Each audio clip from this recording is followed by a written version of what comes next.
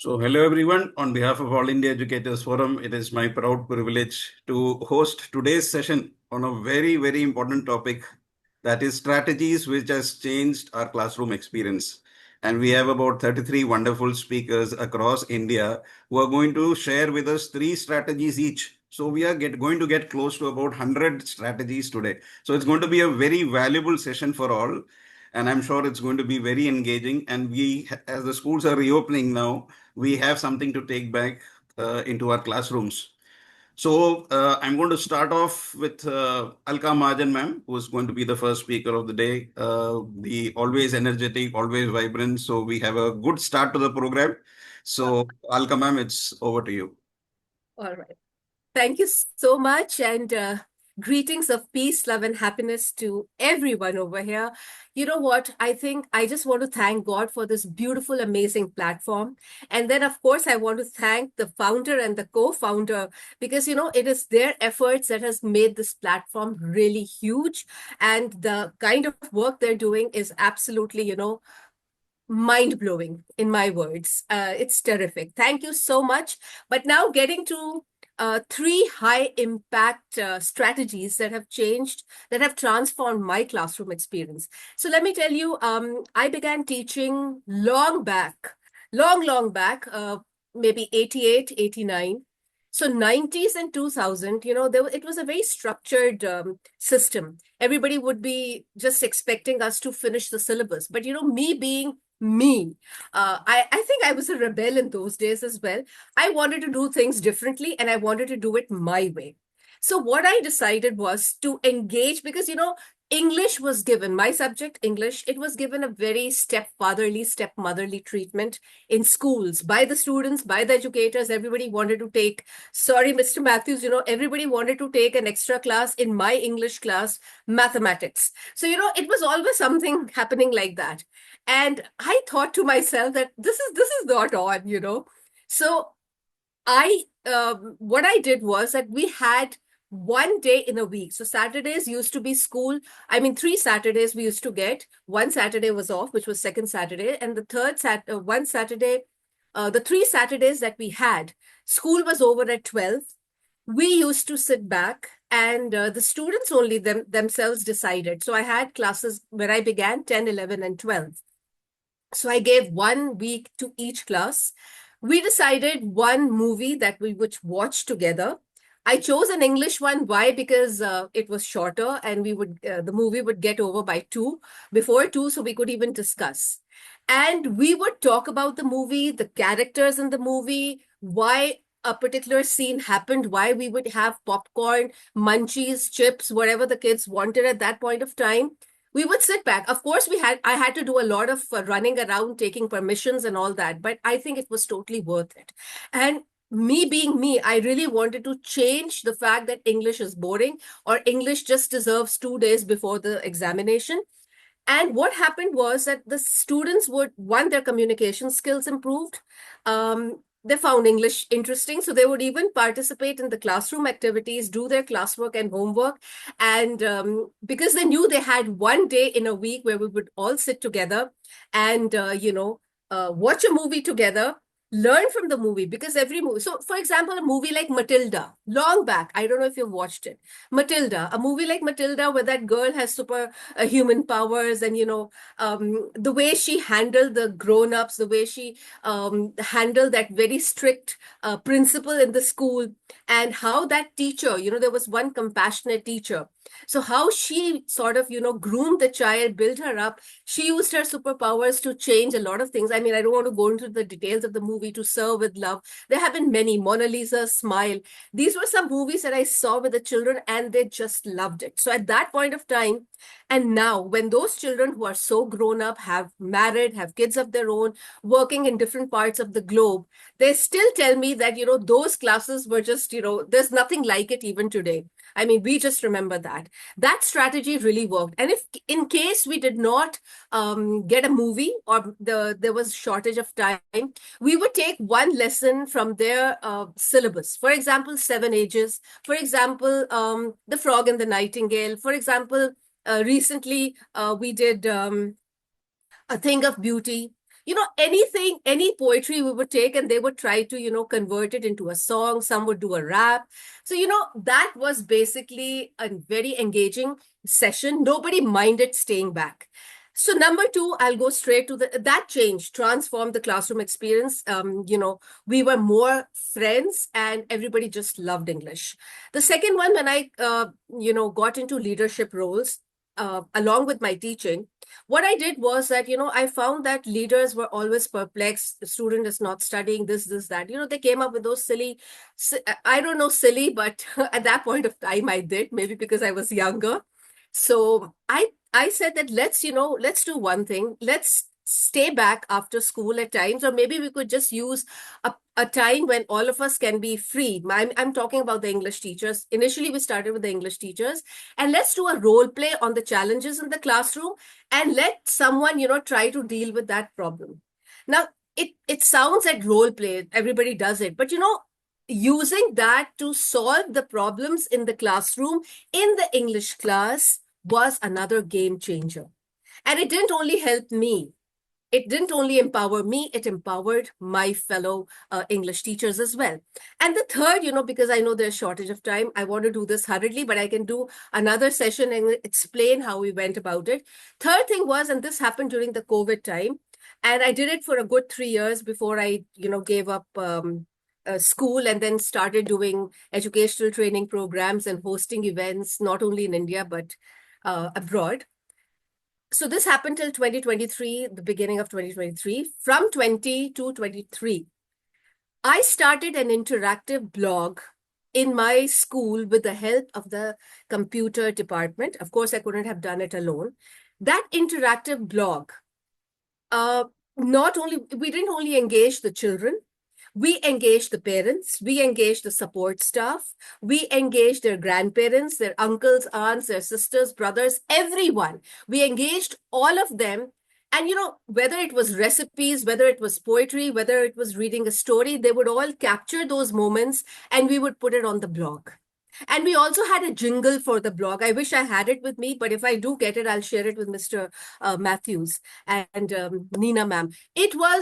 It just changed everything. I mean, everybody was so engaged with the classroom experience, and everybody realized how important it is to stay connected, care for one another, collaborate with one another, and communicate with one another. So be it stories, be it recipes, be it, gardening, be it singing, anything and everything under the sun, we did it together. Their grandparents included, their uncles, aunt included, their brothers, sisters included.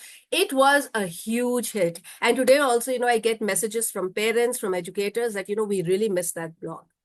I don't know how it sounds, but these strategies, to my mind, have been game changers in my experience of teaching. So along with the teaching experience and even in leadership roles, I never gave up teaching. I had one class, I made sure about that.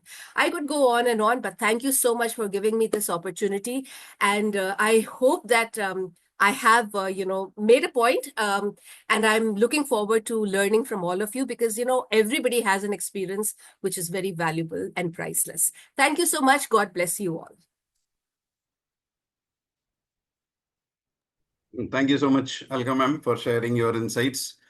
So engagement was the key to your strat. I think the strategy was all engagement. So you talked about role play, you talked about introducing rap, you've introduced blogs. So all these are things, Interactive blog. yeah, interactive It could blogs. even So play videos. It could even play yes, videos. so Yeah. this is what is important for us because we are moving from those traditional kind of teaching where, the only lecture method was there, the teacher was a sage on the stage, they say, and now that pedestal is removed, we are all facilitators. And I think you made a good start by introducing these concepts and making that point of interactive education possible. And you thought about this years back, and now we have all the CBSE coming out It with was it. 2009, Mr. Matthews, when CCE Yes, came and everybody realized the importance of singing, dancing, drama, and all. correct. Otherwise, in those times, I had to really fight with the principal itself, Correct. and she Because, wouldn't really agree because it was yeah. different in those And now days. art integration has become mandatory to get it Yes. to be implemented in school. Thank you so much, Alka ma'am. So I'm sure. I've taken you through the decades of my Yes, thank you so experience. much. May I now Thank invite Anupam ma'am to take the stage. Yes, sir. Welcome, Thank ma'am. you so much, Matthew, sir. I would really thank the organizers and all the panel over here. Thank you so much, Alka, ma'am, for bringing up all your experience. And even I have 2 decades of experience, and I started teaching just after my 12. So you can understand a girl who had started teaching the students of her own age. And at that time, when I was teaching, there was a kind of just teaching is important. I know so much, and I have to share everything to the people around me. So even I have been teaching English, and for sure, for English teacher, it is very much important to interact with the students so that we can make the subject interactive. As Alka ma'am pointed out already, that science teacher and maths teacher always want the class of English teacher, considering कि आपको तो कुछ like you don't have to teach much. You have the stories to teach, poems to teach. You don't have much to do. But I have made a habit of taking classes from maths teachers.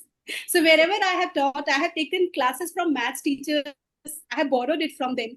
And why it was because the students were also interested to be in my class. My journey has been very much filled with turbulences in various kind of schools and institutions where I have worked. Whether it was in Mumbai, it was in Orissa, it was in Bihar, and right now I was in Rudrapur for some time. So in all the schools, kind of students which I have got were all different, with different mentality, with different kind of concepts that they had in their mind, the preconceived notions. So with all those things, when I was dealing with them, the first thing I started doing was dealing with their emotions. And that's the reason, like in my mid journey, only teaching journey, I started learning psychology just to understand my students. So this was the first thing which I started following in my classroom, which was emotional literacy, where the students, they wanted to interact, they wanted to be in this, but they always felt that they would be judged by either the teacher, by their friends, and they didn't will to interact much. So my first step in the classroom was to interact with the girls, or especially girls. It is not just a gender discrimination, because most of the girls come from such kind of background where they are trained to be quiet, they're asked to be shy, so they don't come so generally, so openly. But there were boys also. I have so many stories, because in our psychological discussions, in those interventions, we discuss our case stories. So I shall tell you almost 100 case stories with me, in which I have really helped students to get transformed from where they were to what they became. And that has been my biggest achievement in my life. So I would not say that I got something extraordinary. I would say a few examples, like how emotional literacy helped children. There was a child in the classroom. This child was never interested in academics. He used abusive languages, and I'm talking you about this boy 4 or 5 years ago. He used so many abusive languages, and then he used to hit children here and there. So one day when I got so many complaints of this child, I sat with him. I interacted with him for about half an hour. Within half an hour, he was so emotional. He shared everything about his family, that how his father is so abusive, how his mother is beaten by his father most of the times, and that brings all the pain in him, which he expresses in the form of his own aggression in the classroom. This helped this child to understand his own issues, why he was behaving in that manner. And then I asked him to do, because I am a trained psychotherapist as well, a graphotherapist as well. So I helped him to work on himself through graphotherapy and psychotherapy. Now I'll tell you some recent incident. Like, my daughter is in 6th grade. She's in a residential school. She called me, Mama, there is a girl in my class, and she disturbs all the other students. She abuses them. She takes bad names for the fat students, and she bullies everyone. So I just told her one thing, Beta, maybe she is going through some pain that she is trying to express in that way. So you don't have to fight with her, you don't have to show anything to her. Just don't be rude to her. And this, within 2 days, she said to me that, Mama, now she is talking nicely with me and even with my friends. So look at the simple change. On a call, I just asked her to be nice to that girl, and everything changed. So emotional literacy is very much important, where we are not just observing our own emotions as a teacher, we are observing the emotion of each and every child. Then The second thing is creating a safe and judgmental environment, a non-judgmental environment. What happens? Every teacher comes with a notion that is given by the previous teacher, previous class record. Kind of students tagged as a shy child, as an underconfident child, as a poor child, and we treat that child in the same order. That's why you might have found, actually, as it has explained, Matthew ji has been in education for so long. I guess you experience, you might have yourself witnessed that in a decade, if you a child has not improved much, or a child has stayed in that stagnant mode for a long period of time. The reason is that only that we have been tagging that child as that with that portfolio for so long. So if as a teacher we become non-judgmental and we start doing the things or working with our students without judging them based on what they have been doing, then what they're doing right now at this moment when we are there with them, we might definitely let to work a lot with them. Then the third thing which I would be pointing out is what Alka ma'am has already talked about and discussed a lot about it. We have to make the talks real. For sure, we are interacting in the class, but that interaction should also depend. Like we are talking about group poem. Through group poem, we can talk about the turbulences in their own life. What is depressing for them? What doesn't allow them to talk much? What causes a kind of any kind of hindrances in their academics? So when we bring this real life conversation in the classroom conversation, everything becomes easier for our students as well as for us. And for sure, the rapport is much more stronger when we are dealing with our students with such kind of real life interaction. So this is all from my side. One last thing that is not in the point, because I'm working as an emotional activist, so I keep on conducting mindfulness session time to time, and that has helped in every teaching environment. Even right now in this scenario, we are already realized we are here to speak, to listen, so we might put our whole attention to it. But when we are sitting in such kind of environment where we might not be like attached to that point of discussion, we might also get distracted. But through mindfulness, we can get to that tune. We can also be tuned to that thing. So these mindfulness practices. You're on mute, ma'am. Just. Oh, I thought that you have put me on mute. Sorry. No. Yeah. Was over. Yeah. Okay. No. That last line you can repeat that we didn't hear. Okay. I thought that the time was over. So No. Absolutely no. Yeah, you can give your concluding sentence. You were talking about mindfulness. Yeah, so this mindfulness is very much important, and we all can conduct mindfulness sessions, whether it is box breathing, it is kind of any kind of physical movement. So we can practice any consciousness. In consciousness, we can bring movement in stillness and stillness in motion, which is the new technology which is coming up today, which is mentioned as somatic movement or conscious movement, which has helped the pre-primary kids for a very long period of time, but it can also help our senior students. So thank you so much. Thank you, Matthew, sir. Thank you, Anupam ma'am. And I'm really glad that I have initiated this conversation, because we are just two speakers and I've already got so much of ideas.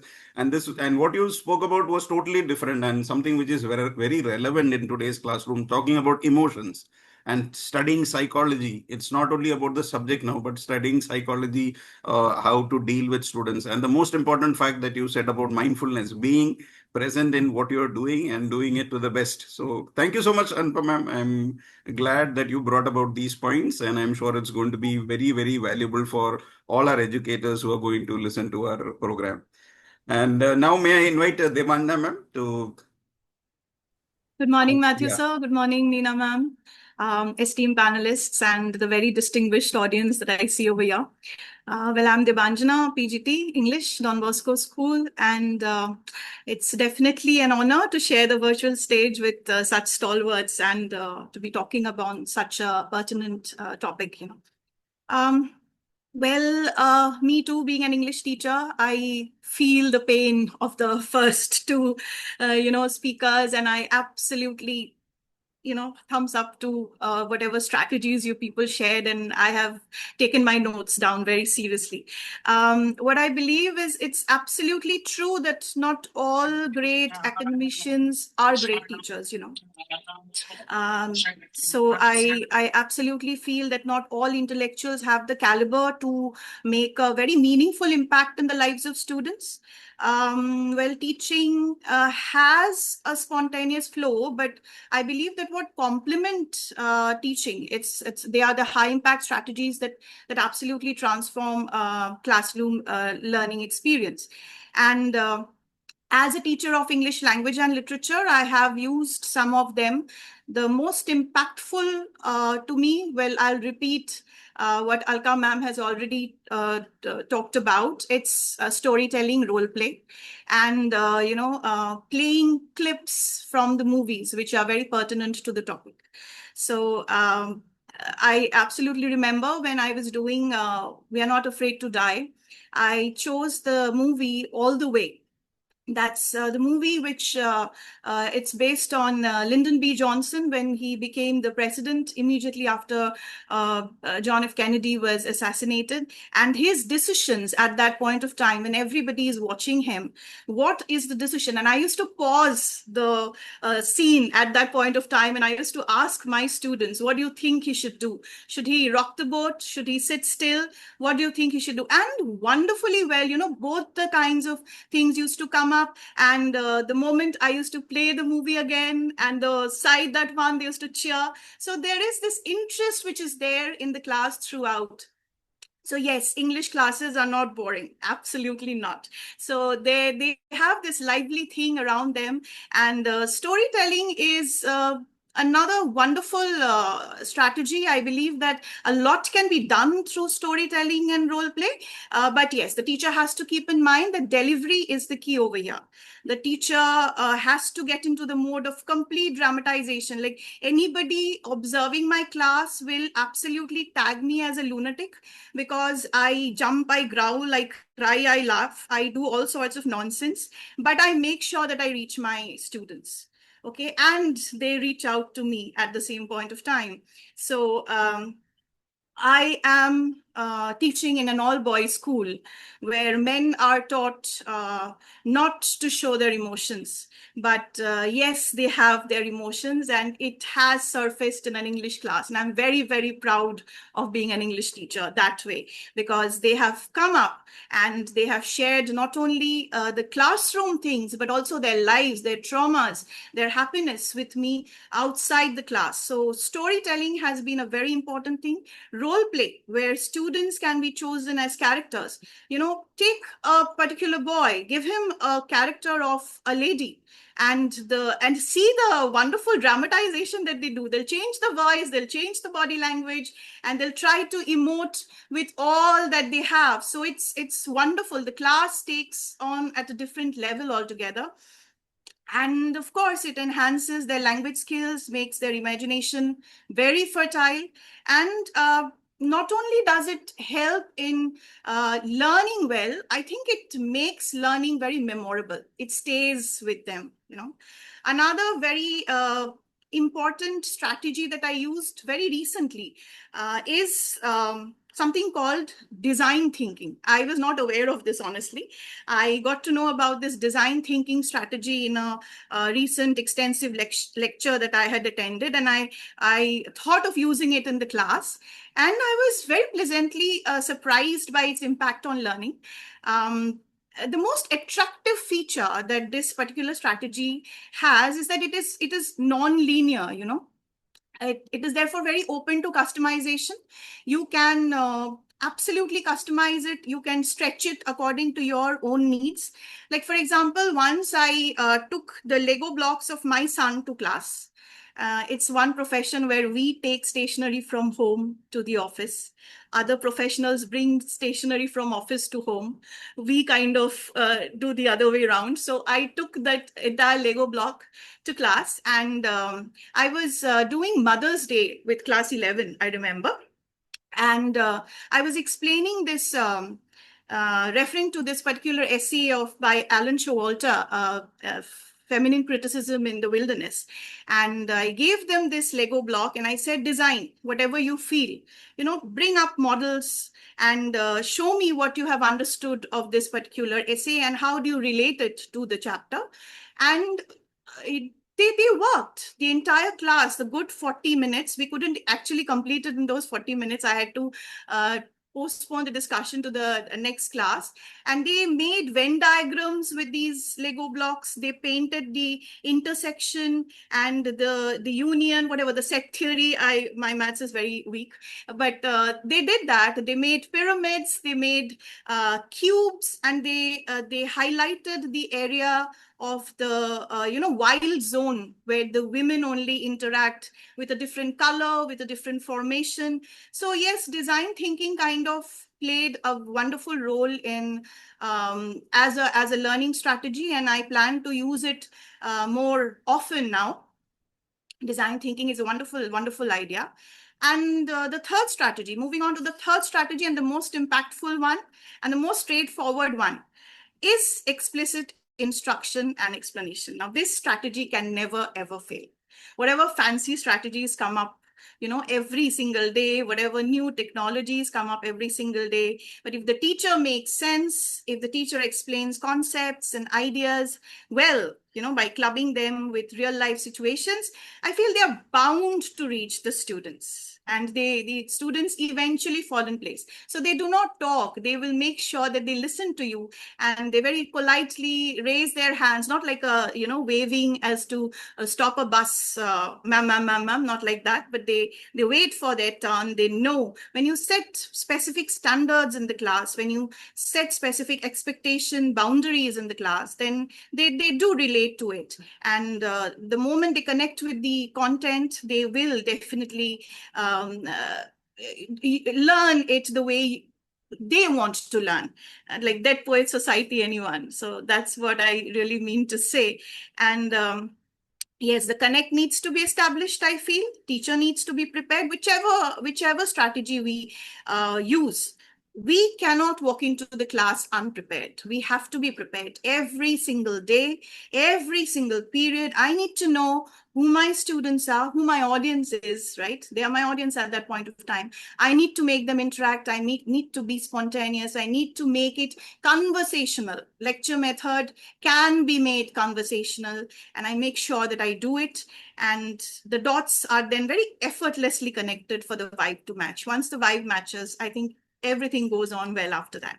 So that's all that I could share today. I'm sure we'll be exploring many more strategies, and I'm looking forward to learn from you all. Thank you, everyone. My gratitude to AIEF wholeheartedly. Thank you. Thank you, Devanda ma'am. Very wonderful points brought about. Especially the movie clips. Learning from movies itself is a session. I mean, we used to have an expert who always used to play some movies, and then every movie has some learning probably, and that could be a session in itself. And the other thing which you rightfully brought about is design thinking, which you did recently. I'm sure many educators will want to experiment on those lines as well, because it's something new, and it was not relevant, or it was, I mean, people didn't know how to go about it. So we look forward to some meaningful sessions on design thinking as well in the future. And third, of course, going prepared to the classes. That is, I think, that is one of the most important things. As you said, if you're not prepared, you will definitely go into the class and make a fool of yourself. You know that you've got so many years of experience, so this is at the back of my hand, but still there is some mental preparation needed to go into a class and take the session. So every year, that's why, most schools have this orientation program in the beginning of the year to get you into that mode that tomorrow we are starting off with the sessions. So that's a very, very important, that's a preparedness by the schools. So thank you, Devanda ma'am, for sharing all those beautiful points. And I'm sure my pleasure, sir. Thank you so much for this wonderful platform. Thank you so much. And moving on, the journey continues. I'll invite Dipanshi ma'am to continue with the talk. Yes. Warm morning to everyone. It's my pleasure to be the part of this beautiful session. So, transforming classroom dynamics. According to me, it requires strategies that build engagement, foster the responsibility, inclusivity in the classroom. Basically, my strategy is which I follow from the beginning of my experience, is child-centric education. Move to teachers' education, teacher-centric to basically child-centric education, where we engage students through stories, as it mentioned by my other panelist as well. Stories is a main part of the classroom that engage students in a very well way. Even we can introduce the class using the stories, sounds, voice modulation, everything needs to be at a part so that we can make the children to be the part of that story. And according to me, uh, collaboration, peer experiences that we also include in our classroom to make the class child centric. Flexible sitting arrangements, reading corners, we can make some reading corners so that students engage, even the teacher is here or teacher is not in the class. My another strategy, which is very useful these times, is gamification. Gamification, the learning, is a strategy that helps the student to learn through their era, because this is the time of using AI and the children are so much into video games. So while we are connecting the games into the learning pattern, they just enjoyed the classroom, breaking the classroom into levels and giving them a small goals to complete the session. And gamification also helps them to learn in their own pace, and even at the end of the day they enjoy learning. And even when we are talking about gamification, we can go for the batches. We can give batches to the students. We can give the leaderboard so that they can also know which is my position, and they just have that enthusiast to be the first. Yes, next time I play the game again, and I have to be on the first position. And it involves engagement, and the most important part, motivation. They totally motivated to play in the new games of learning. Another important strategy is to promote metacognition and growth mindset. We can choose a think model aloud, in which you can think in your own way. You can opt new points on a particular concept. For example, if I am teaching about Gandhiji in my classroom, then first thing I just take them to the Rajghat.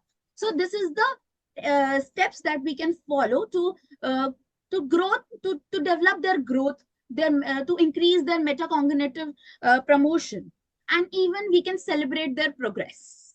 If a child gets 30 or 40 percentage in my class, now he is totally engaged in the classroom, and now he's scoring just 40% or just 50%. Just celebrate their success and even take feedbacks from the children. It will make the classroom more engaging and more involving. Students feel that this is my class. I have that. I have a value. Each individual valued in your class. Take feedback from each and every student. Don't segregate them according to their knowledge level, according to their intelligence level. Talk to them. My most important rule in my classroom is 2 into 10. Take 2 minutes in 10 days to talk about children, about their non-academic things. Talk about their home, talk about their feelings, talk about their talents, whatever they have. Just take 2 minutes for each children in among 10 days so that they can feel involved with the teacher. And if they feel that teacher is valued by if they feel that I am valued by the teacher, they are totally engaged in your classroom. Thanks for my part. Thank you so much, Dipanshi ma'am, for bringing in very beautiful points. First of all, being child-centric, the traditional is teacher-centric. Myself, I am the guru, and you brought in such a beautiful point of being child-centric. Second, very important, gamification. Yeah. Gamification is becoming so important now. Children are having multiple sources of learning now. It's not only from the teacher now. They have YouTube, and they have so many other resources available, which are, Yeah, Magic cartoons. Magic AI School is a very good Absolutely, tool. Yeah, there are absolutely a lot of tools that helps us, basically us, to make our classroom more and more interesting. I interesting. used to give Yes. them in the homework that this game you have to complete it, and I want to see the leaderboard. So students are so much excited that tomorrow I'll come and show the students that, see, I am on the first position, see, I am on the second position. Absolutely right. So gamification is a very, very good point to make our subjects interesting. And third point, a very challenging thing for the teachers, taking feedback. It requires courage. Yeah. Taking feedback from your students requires courage, because we don't know what they're going to write, but it's going to be for your good. Every year, some people think that they want to take a feedback, but they will not dare it. But if you are taking a feedback from your students, kudos to you, because that requires real courage, because you may think you are the best, but ultimately what the feedback your students are giving, Absolutely. that's going to be the most important credibility for you. Thank you so much, Dipanshu ma'am, for sharing all those beautiful Thank you. points. Thank you so May I much. now invite Divya ma'am to share her strategies here. Divya ma'am. Thank you so much, sir. Namaskar to everyone, all the viewers and the panelists, and really grateful to Matthew, sir, and the co-organizers for this platform. Indeed, it's been a great privilege to be a part of such wise minds and such great thoughts, because in this fraternity, we are all here to share with each other. Possibly, this topic that we are discussing here today is quite into the picture right now. We are people from various diversities, teachers from various backgrounds, and teachers from various states across the nation. So, possibly, when we bring in the ideas that's best possibly being carried out in the classes, the diversity is way different, because the dynamics of the children also vary. So, my name is Divya Mehra, and I will be sharing few factors or possible hand-on approaches. My subject is geography, so I'm a geography educator. Possibly talking about some hand-on approaches to transform the classroom learning. There are certain practices that we usually do in the classroom. As Ms. Dipanchi wisely said, that we need to be encouraging engagement in the classes. So, engagement in the classes basically is being encouraged with the approaches that students like. So we need to incorporate things that possibly makes the children more attractive. They are happy about it. They feel joyful when they have been actually performing those activities. Geography being one of the subjects which has a quite and creative end. At the same time, it is quite analytical also. There's a lot of technicality in the subject as well. So it is really important to maintain the kind of the space for the children to learn, enjoy, and obviously groom themselves along with the subject.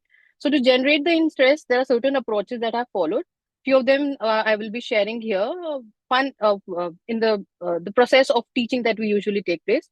Firstly, I have incorporated teaching latitudes and longitudes as a basic concept in geography. So it's a tech integrated learning process where I use Google Earth for basically incorporating the learning for latitudes and longitudes. Now, in this process, the students learn to interpret the coordinates using the real locations on the Earth. Now, this helps basically having a live demo for the students. Provided if I'm telling about the latitudes or the longitudes, it's very difficult for the people to comprehend, for the children to comprehend for that matter. So, visually showing them the Google Earth, they seeing the location of the place.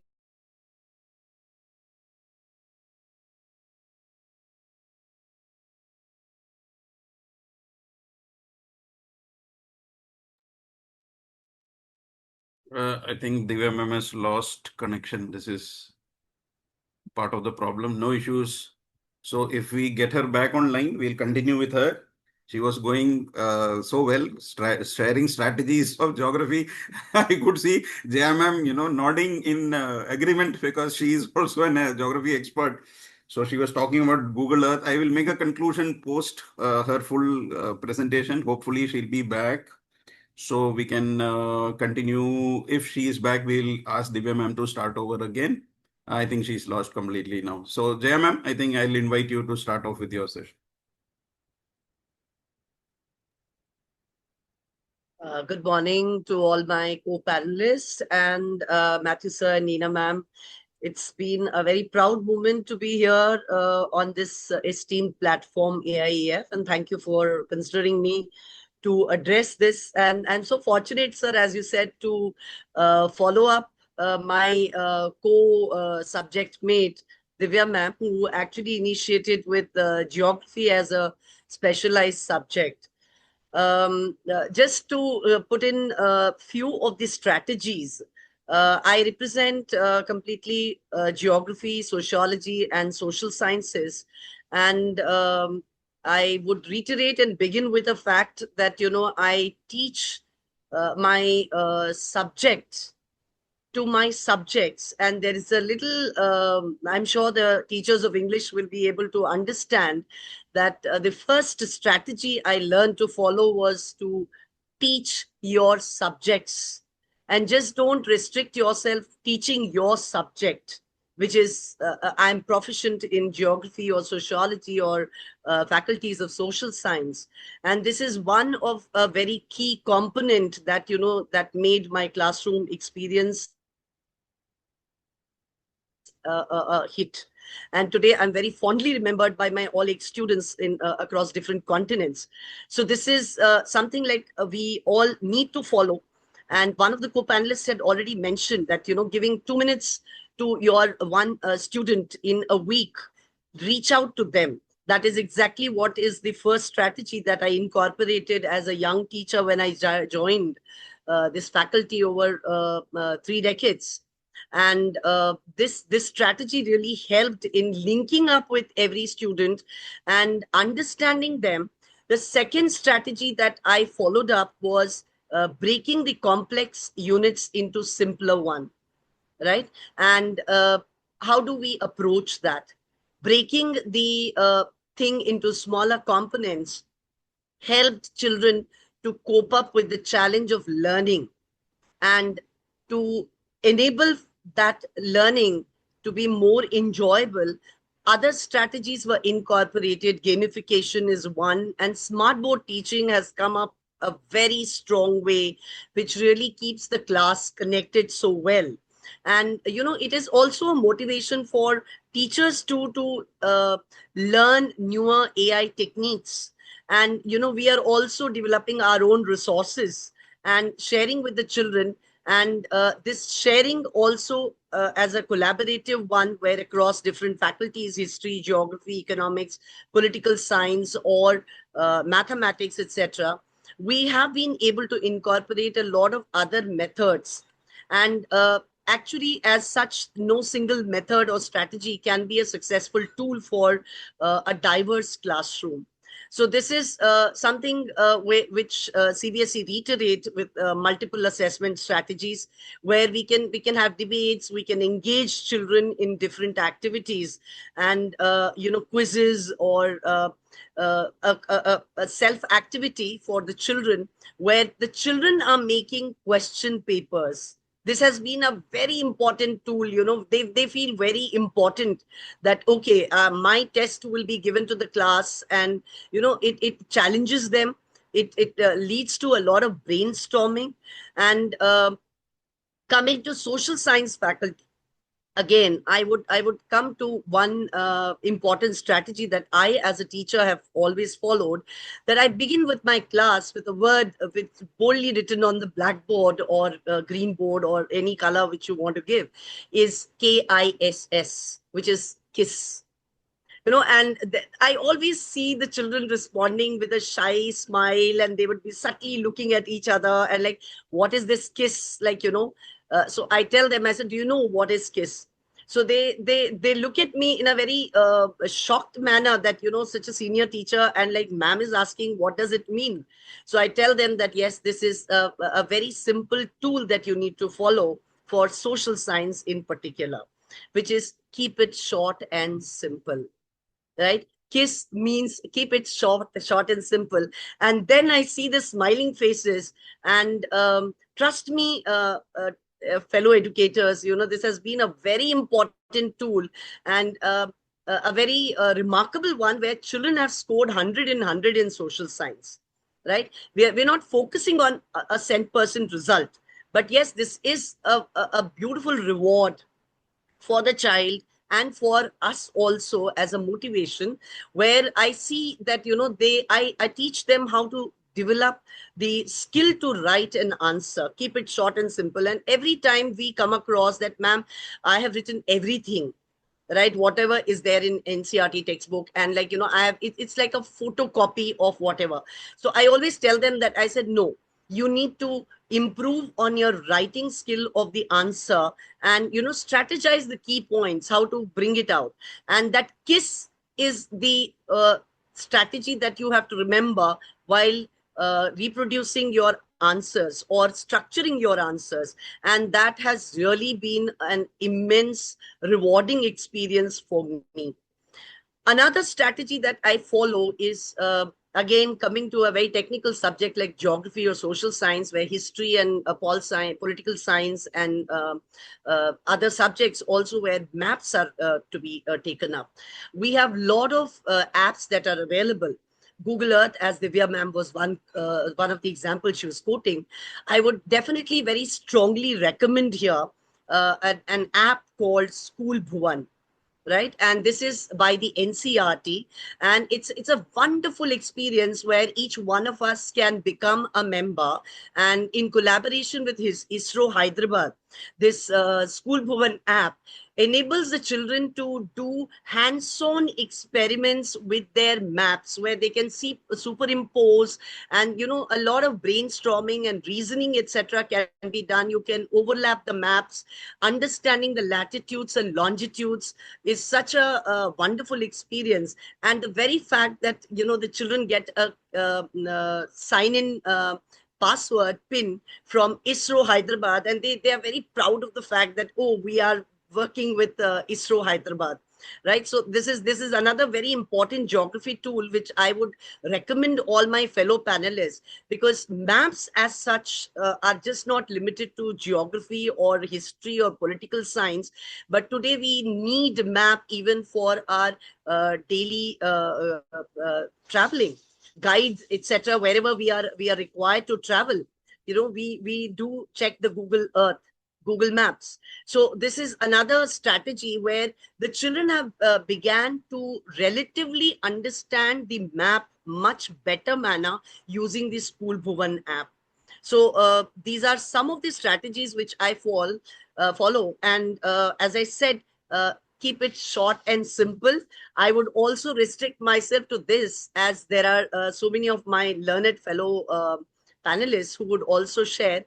And once again, I express my deep gratitude to Matthew sir and Nina ma'am for giving me this opportunity. Thank you. Yeah, thank you so much, Jaya ma'am, for bringing such beautiful strategies, complex to simple. Obviously, that was something which is very, very great, joyful learning.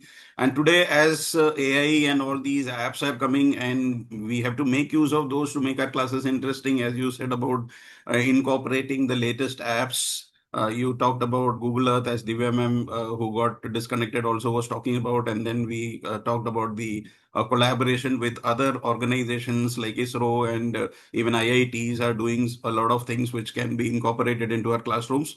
And of course, the KISS was it was something very nice. We'll all remember that. Keep it short and simple. Yes, thank you so much. So that KISS strategy was wonderful. And people, otherwise, for 1 mark question, they'll write 1 page, and then they will say, "Ma'am, sir, you didn't give me the marks." But the relevant things may not be there. So thank you so much for sharing all those beautiful points. And I will request Divya ma'am, because she lost connection. So you can continue, Divya ma'am. Yes. Thank you so much, sir. Thank you for letting me complete my reading. Jaya ma'am, thank you so much for mentioning about the Bhuvan app. It's one of the very important things in today's time, because most of the people are not been aware about it. So we as educators, not just for the students, for the fraternity, of course, we need to educate them that what are the other channels which is helpful for them, especially in the field of geography, which is quite dynamic and diverse, especially for the kind of world scenario that we deal with. So further, I'll just continue. I'll just give a brief about myself once again. My name is Divya Mehra.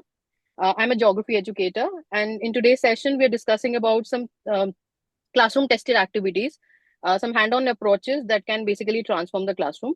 As initially I mentioned, the first one was Google Earth. I've been using it for teaching latitudes and longitudes in the classroom. It's a tech integrated learning. So basically, it helps the students to learn about the coordinates using the real time locations on the earth. Now, this is a live demonstration activity in the classroom. So when a child is specifically finding up his or her own home on the Google Earth, or specifically finding up the location of it on around the world, so they feel quite excited, and it's a quite an engagement activity because the children are able to place themselves that yes, in this huge place of the globe that we have, where are we placed? So that makes it quite interesting for them. With this, you possibly can teach up the prime meridian, the equator, and it helps in to increase the spatial awareness and the digital literacy for the students. Apart from this, it's a good visual appeal, and it gives a real life scenario and a touch to the students, so it makes it memorable for them. And this is one thing that they are never going to forget. Apart from it, the second activity that I would like to discuss here is a STEM introduction. A STEM introduction activity of a weather station that was being done in my class, or possibly you can practice it in your own. It's an hand-on experience, and it is interdisciplinary also because it incorporates a number of other subjects including it. So what's the purpose behind it? The purpose is specifically to understand and record the weather elements through self-made instruments, or possibly in STEM activities, you usually get certain instruments which are student ready also. So it also basically makes it quite interesting for them because they observe and then they learn. So it's a hands-on activity where they possibly see that how a rain gauge has been collecting up the water, and they're measuring that how much amount of water is being collected, and how do we mention that this is the amount of water being available. So this is how in centimeters or in millimeters we're mentioning the amount of water collected. So it gives them a very good feel of doing it themselves. We can make a wind vane with the help of a cardboard and a straw. So as the wind vane moves, the children basically finds it quite interesting to find the direction of the wind. Using a thermometer specifically and observing of the temperature conditions helps them to identify how we are supposed to have the recordings for the day. So the very first thing in the morning assembly when they hear the news for the day or the temperature for the day, so that is where they get to know about how specifically they are been recording of the temperature conditions and how is the maximum and the minimum is being identified. So it's a very interesting approach. Children really find it participatory also, as well as it is integrating. It's integrating geography, science, and mathematics. It develops the skills for problem solving, for creativity among the students, and of course, a teamwork. As they're doing it, the activity together as a team, so it makes it quite team building and quite effective for the learners. Third is something that is out of the classroom that I would like to mention. It's a field-based learning. So I took my students to Mausam Bhavan, that is the Indian Meteorological Department in New Delhi. So the idea was specifically to get an hand-on experience for the kind of technology used to note down the temperature conditions, or possibly know about the weather forecast. They discussed about the incorporation of AI. They discussed about the incorporation of the SMS system that they have been actually bringing in, so that possibly messages regarding the early warnings to the people is reaching. So possibly in today's time, you see a kind of a message from the IMD department stating that there is a warning for a storm or specifically heavy rainfall that is about to take place. All these things were basically being taught and shown to the children that how they are been actually doing the weather forecasting models, and also been telling the world, the people, how they're intimating the people through the technology in today's time about the kind of happenings that are supposed to take. So they saw the satellite imageries, they saw the radar system. Children basically saw how the forecasting model takes place. So all these things were quite interesting from them to understand the weather concept in more detail. Something moving from the classroom to something outside that has been taking place, which helps them to get the real life experience that yes, this is the way. They also discussed about that in New Delhi, you have various other places where we have the Met Department stations, and specifically not a proper institute. It's specifically another institute in which they have a small weather station being incorporated. What is the purpose behind it? To record the weather conditions from the various locations across the place. For the matter, every location for the Met Department will have various locations in a particular state, so that they get to know that how different places are supposed to be explored for. So these are some of the incorporations that you can possibly be doing it in your own classes, or move the children to the classes outside. It basically makes it quite interesting from them. And as teachers also, you grow along with them. That's the most important thing. Because as teachers, it is not our work just to basically do things in the classroom. When we do activities with the children, we learn a lot of things. So in the end, I would just like to say that geography is not just about maps and memory, but about understanding the world through inquiry, observation, and exploration. So the world is out there. Please go interact with your children, engage, and learn with them. That's the most interesting thing that you can grow as an educator with. Yeah, thank you, Thank Divya you, Matt. ma'am, for sharing those such passionately. You were sharing about geography. As a student, I shouldn't be telling on public platform, but I used to find geography very boring.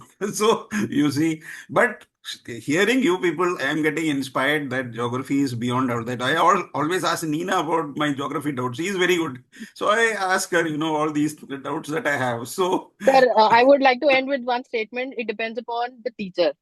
How they make the subject interesting for you. So that that can is also be no, no. I will one not of the blame my factors. teachers also. I mean, partly it is your aptitude and your interest also matters a lot. But yes, teacher also. It's a combination of everything. Yes, yes. So I am glad that you brought in so much of information about geography, especially about the modern apps that can be used Yes. to teach geography. And I really liked that you are taking your students to a actual meteorological station and showing how the weathercast is being predicted. Instead of just talking about all this, if they actually see how people are doing it, then probably more and more people get interested in all this. So that's a beautiful way of taking your class to the next level.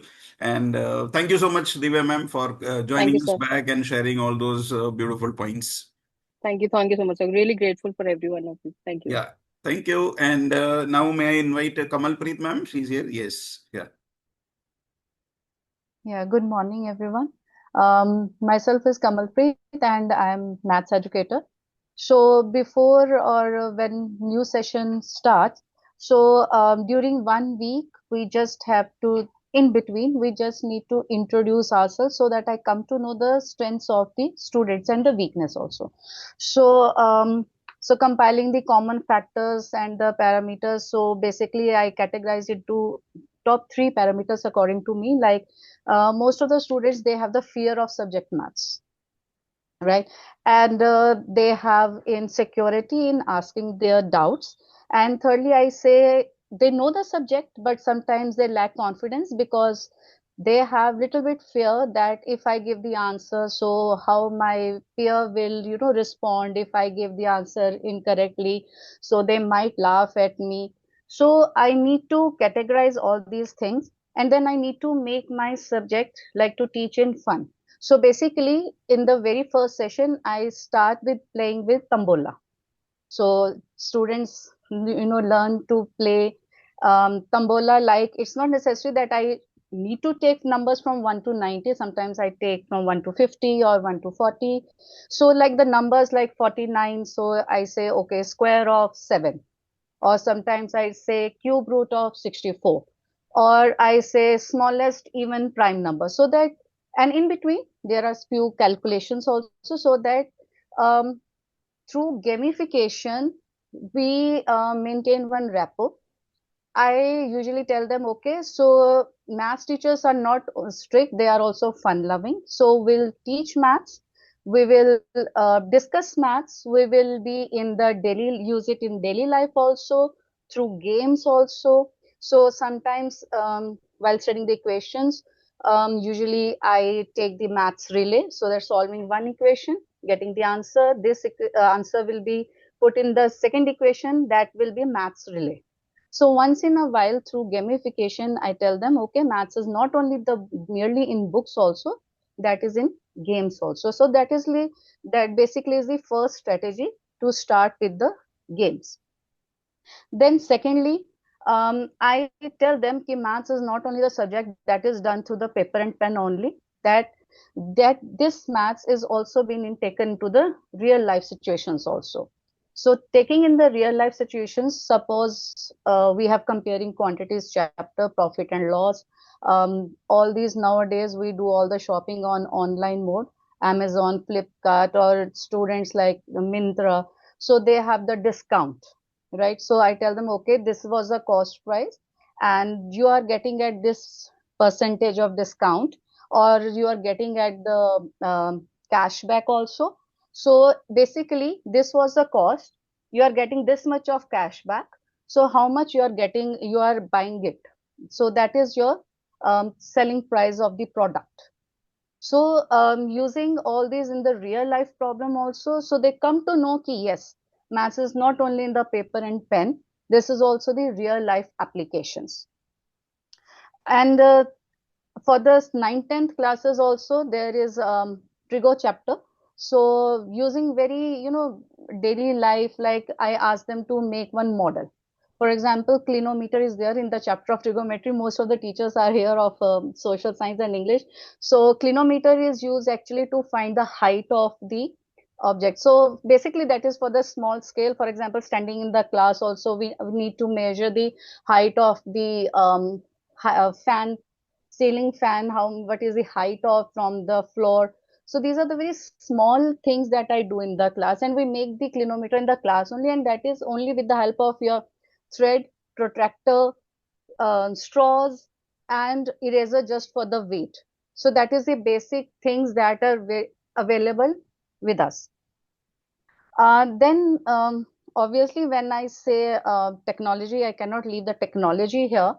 So we have here Google Earth, as the ma'am told, that Google Earth is the very important to know the coordinates of the location. So I asked them to find the location of your Noida place where you are staying, or if you have gone out in the vacations, like after again I'll ask, you have gone for vacations. So what are the coordinates of your place?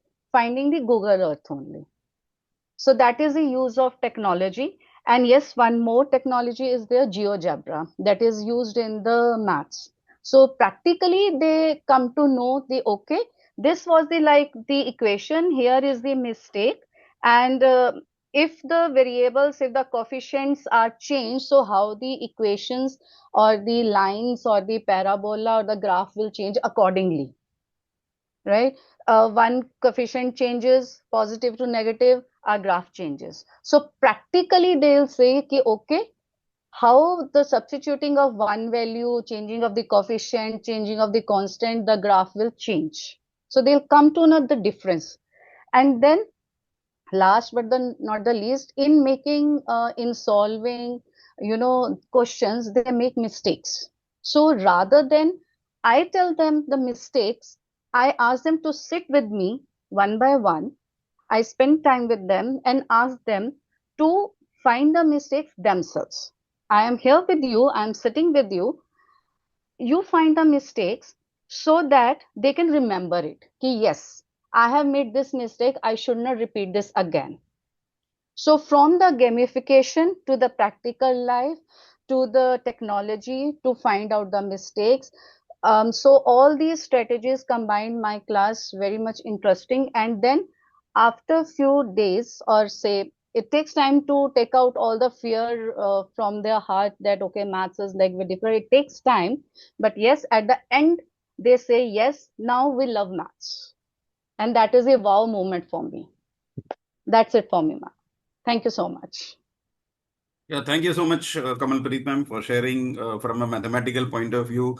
Those who are not maths teachers may not have got much of what you were talking, but at the same time, Yes. maths teachers really appreciate what you thought about, especially the practical applications of mathematics that you are using. The first one, we were talking about the clinometer in measuring angles, and it's a very useful tool for finding heights of building, height of mountains, height of trees, and so they practically know that this is how trigonometry can be applied to their daily lives. And also, when you started your session, you talked about introducing games like Tambola, which is while And they playing, love they it. learn so much of mathematics. And of course, the most important thing during COVID times, we were introduced to this beautiful app, GeoGebra. GeoGebra. And as maths teachers, I think everyone is using that, and it's a very practically oriented, where self-learning app also, where students can explore so many things, and it becomes easier for a maths teacher to teach all those concepts so beautifully. So thank you, Kamal ma'am, for Thank you bringing so in all much. those points and enriching our audiences, especially the maths teachers who are listening to this session, and also the students who will be listening to this. I'm sure they're going to try out these, and I'm sure the teachers also are going to try out these to make their classes interesting. Thank you so much. May I now invite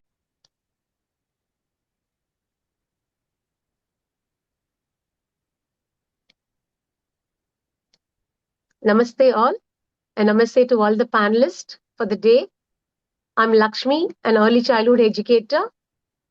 The three strategies I followed in my class. You all know, as I'm dealing with children in the age group of 3 to 6 years, a lot of happenings, and we should have a very happy classroom. So, what to do for this and how to do? The first strategy is to bring children without resistance to the classroom. Which create a welcoming and inclusive classroom environment for improving creativity, be punctual, and creating also teamwork in the class. So all these can be achieved in one shot, in one capsule. How?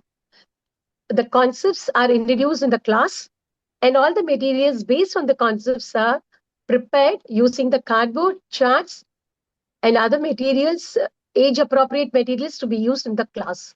And place based learning corners are made in the class, parallel along with the notebook corner and a crayon corner or art corner. And DIY corner, that's called learning corner, is also made with a lot of cardboards and charts and all the new materials which can be incorporated with the curriculum based for the upper kindergarten classroom. And along with all this stuff will be placed in one corner, and the children are encouraged to come early in the morning so that they can just early birds swam around the corner, a learning corner, and they would take all that materials from the box and they start playing with the materials in the classroom. This encourages them to share. And also, I could witness a lot of peer learning and peer teaching happening in the class simultaneously during their free time. So, as you all know, the children of that age who loves to play and play along with they learn too. This lead to self-exploring for the children too in the classroom. And how this changed.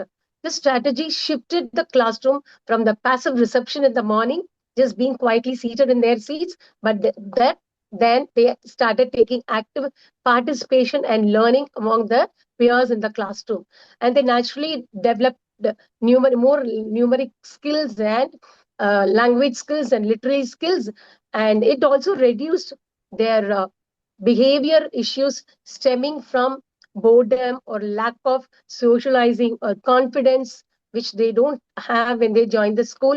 And every child can access the learning at their own development and at the pace or level. It provides for me also an authentic observation and assessment for myself of my teaching in a way where the worksheets that would never do so. Because whatever I teach, I should also understand how my children are learning. So this one way, it really improved my assessment too. And also it covers the socio-economic children's emotional learning as well. They learn to share, build friendship, extending a help, feeling empathy, and extending a hand towards the peer group also in the class. As they're engaged in the play, aggression reduced and morning moods are also substituted and feel their friendly environment where the children are heard and valued, more harmonious, productive learning space. And why did I focus on this? Because I noticed children loved free play and wanted to ensure that their play was purposeful and directly supported over the curriculum goals without losing the magic of child-led exploration. And my second strategy is increasing the vocabulary skills of the children in the class, and also the scientific tempering or the knowledge, current affairs awareness, and reading skills and speaking skills. How to do this? I started introducing reading newspapers in the class every day as a daily routine. After the prayer, I would take newspaper and read the news, age appropriate news for the children every day, including the weather and the sports news and also the current affairs. And I started encouraging children to go home and watch the news channel along with the parents or grandparents, involving all the family members to part of their learning the uh, current affairs. And I started encouraging them to bring in newspaper to classroom.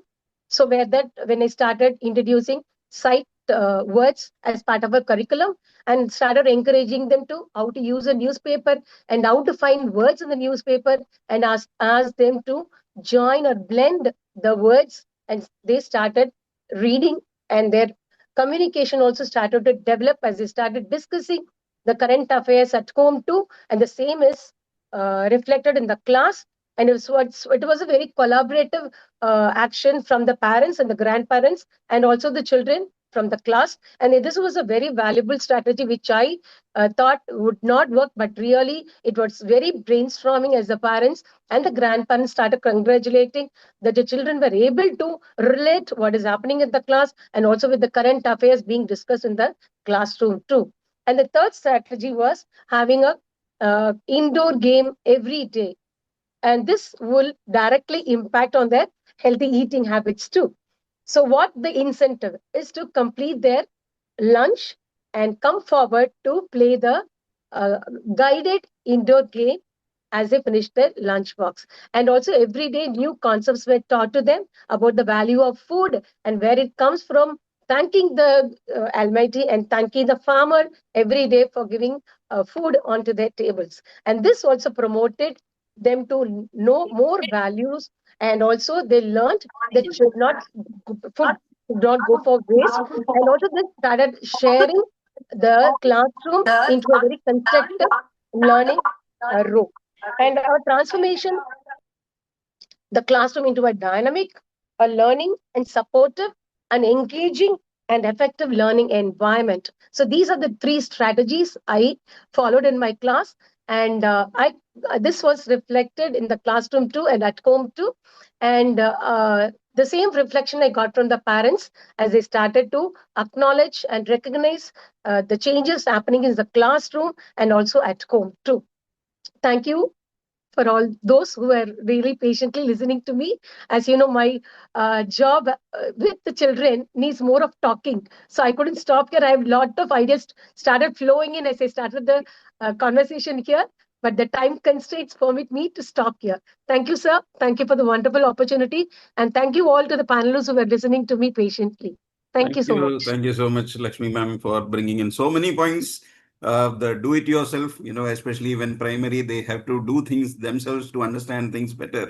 Peer learning, of course, it's not only the teacher teaching so many things, they are learning from each other. You brought about that beautifully. And of course, the value of reading newspapers, sitting down and discussing things which is happening, general awareness. All these points you have beautifully brought out. And I'm really glad that we have primary educators like you who are coming up and discussing all these strategies. And because the primary is the foundation, now NEP is also giving so much focus on the primary, which was so neglected part of the education system. Always it was only about 10th and 12th, and unless the foundation is strong, the children will not be able to become big trees.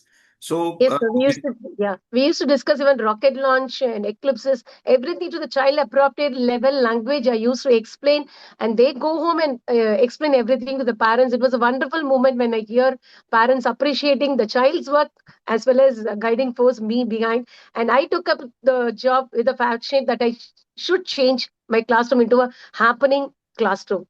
A happy and happening classroom every day. thank you. The Thank you so dynamics have much. changed a lot with a lot of strategies in the class, sir. Thank you so much, ma'am. Thank you, sir. I can see Veena ma'am has also joined. It has got a working day for her. Still, she said that I will take out some time, free period. So please, during the free period, please give me. So, you see the passion of the educators there. In spite of being a working day, she's gone into a classroom, got some time for herself and for us and in sharing. So I will request the other panelists to give Veena ma'am a chance so that she can do her part. Okay, so Veena ma'am. You are on mute. You can just unmute yourself. Yeah. Good afternoon, sir, and good afternoon, educators, my colleagues. I would thank you all and just to adjust my timing as per the requirement. And I'm very happy to be actually associated with Matthew, sir. And since then, the direction which I have taken and the kind of learning which is happening is like I cannot actually word them. But just to make it to the point, which is very important because we are already short of time. I could see there were some technical issues also which were coming up. So the talking about the practices, and since I am going to senior classes, I'm taking geography at DPS Bhopal. and I'm going to 9 to 12 area. So there we know that the child grows up and the requirements are totally different enough. So as per the age, we have to even change our strategies. And as the requirement says, I'll be focusing and explaining three practices which I have tried and which I felt they work out very nicely. The first one is like peer tutoring, which is also actually being can say focused by NEP 2020.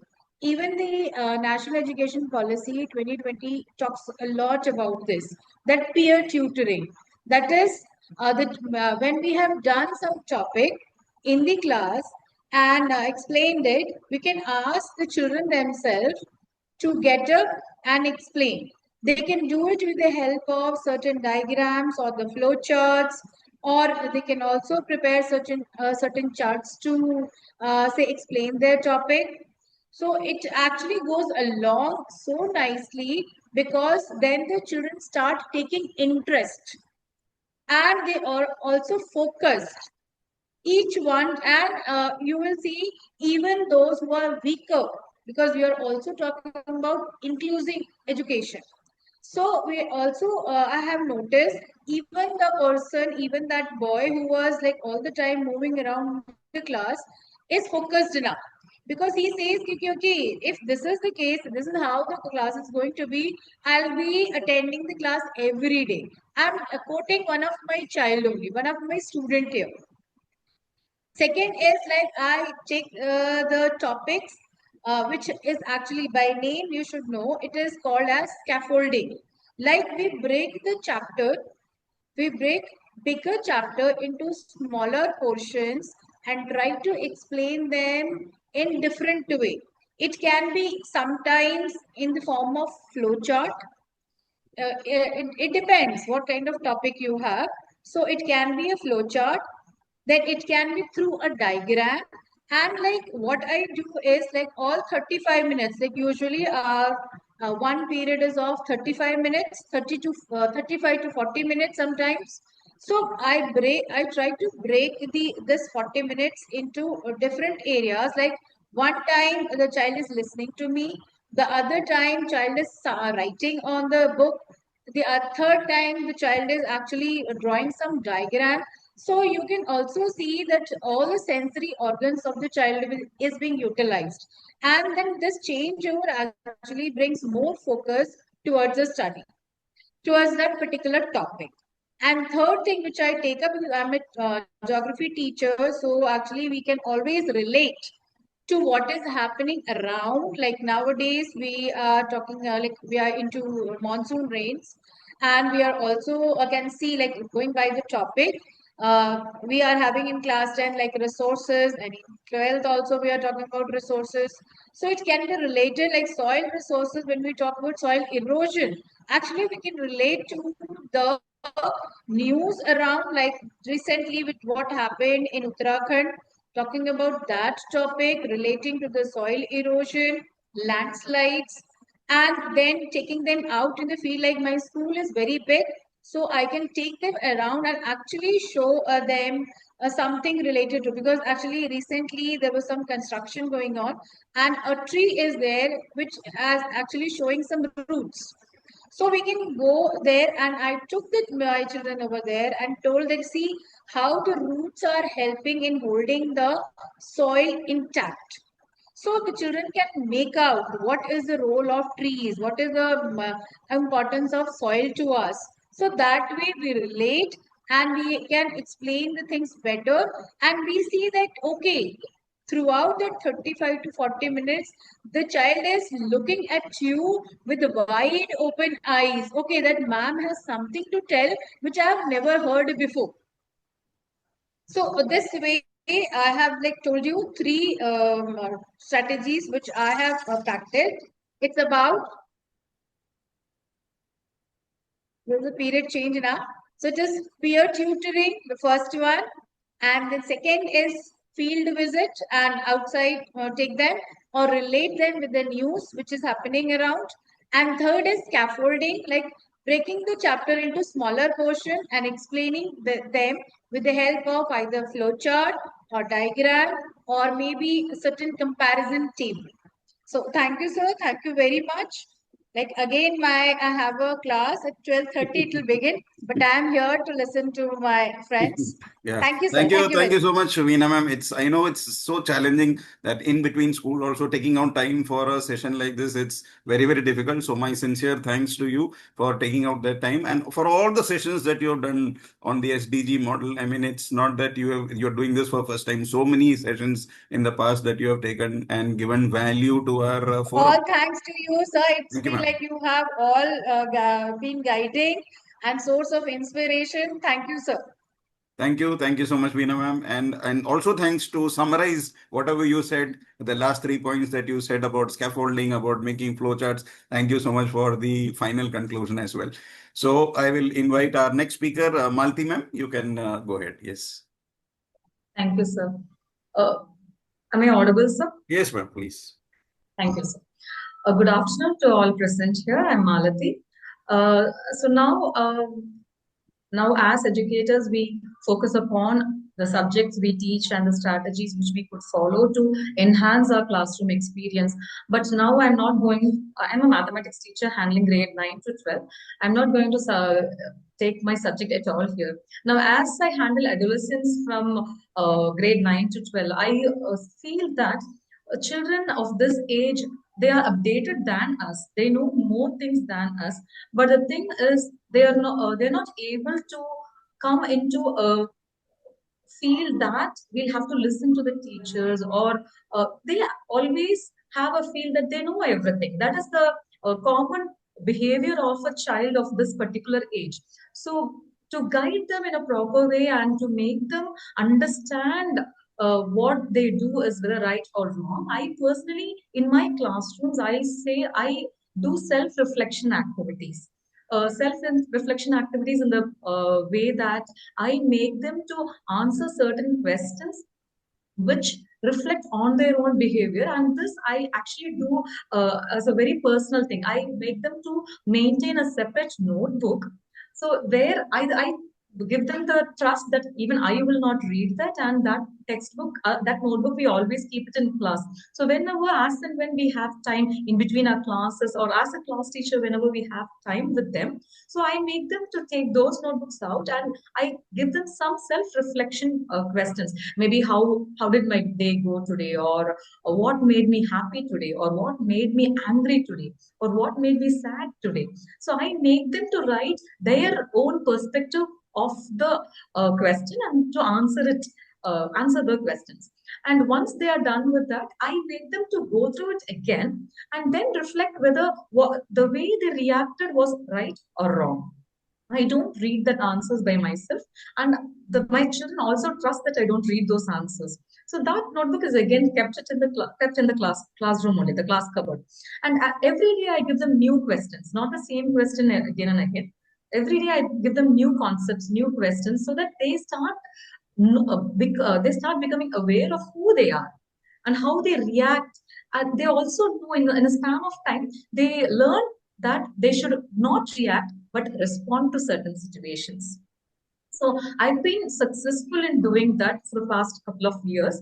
And also I tell them that more than loving anybody in the society or in the family or in the classroom or in the environment they live in, I tell them that loving themselves should be the first criteria. So when they start loving themselves, they will also learn to love others, and they will also learn not to hurt others.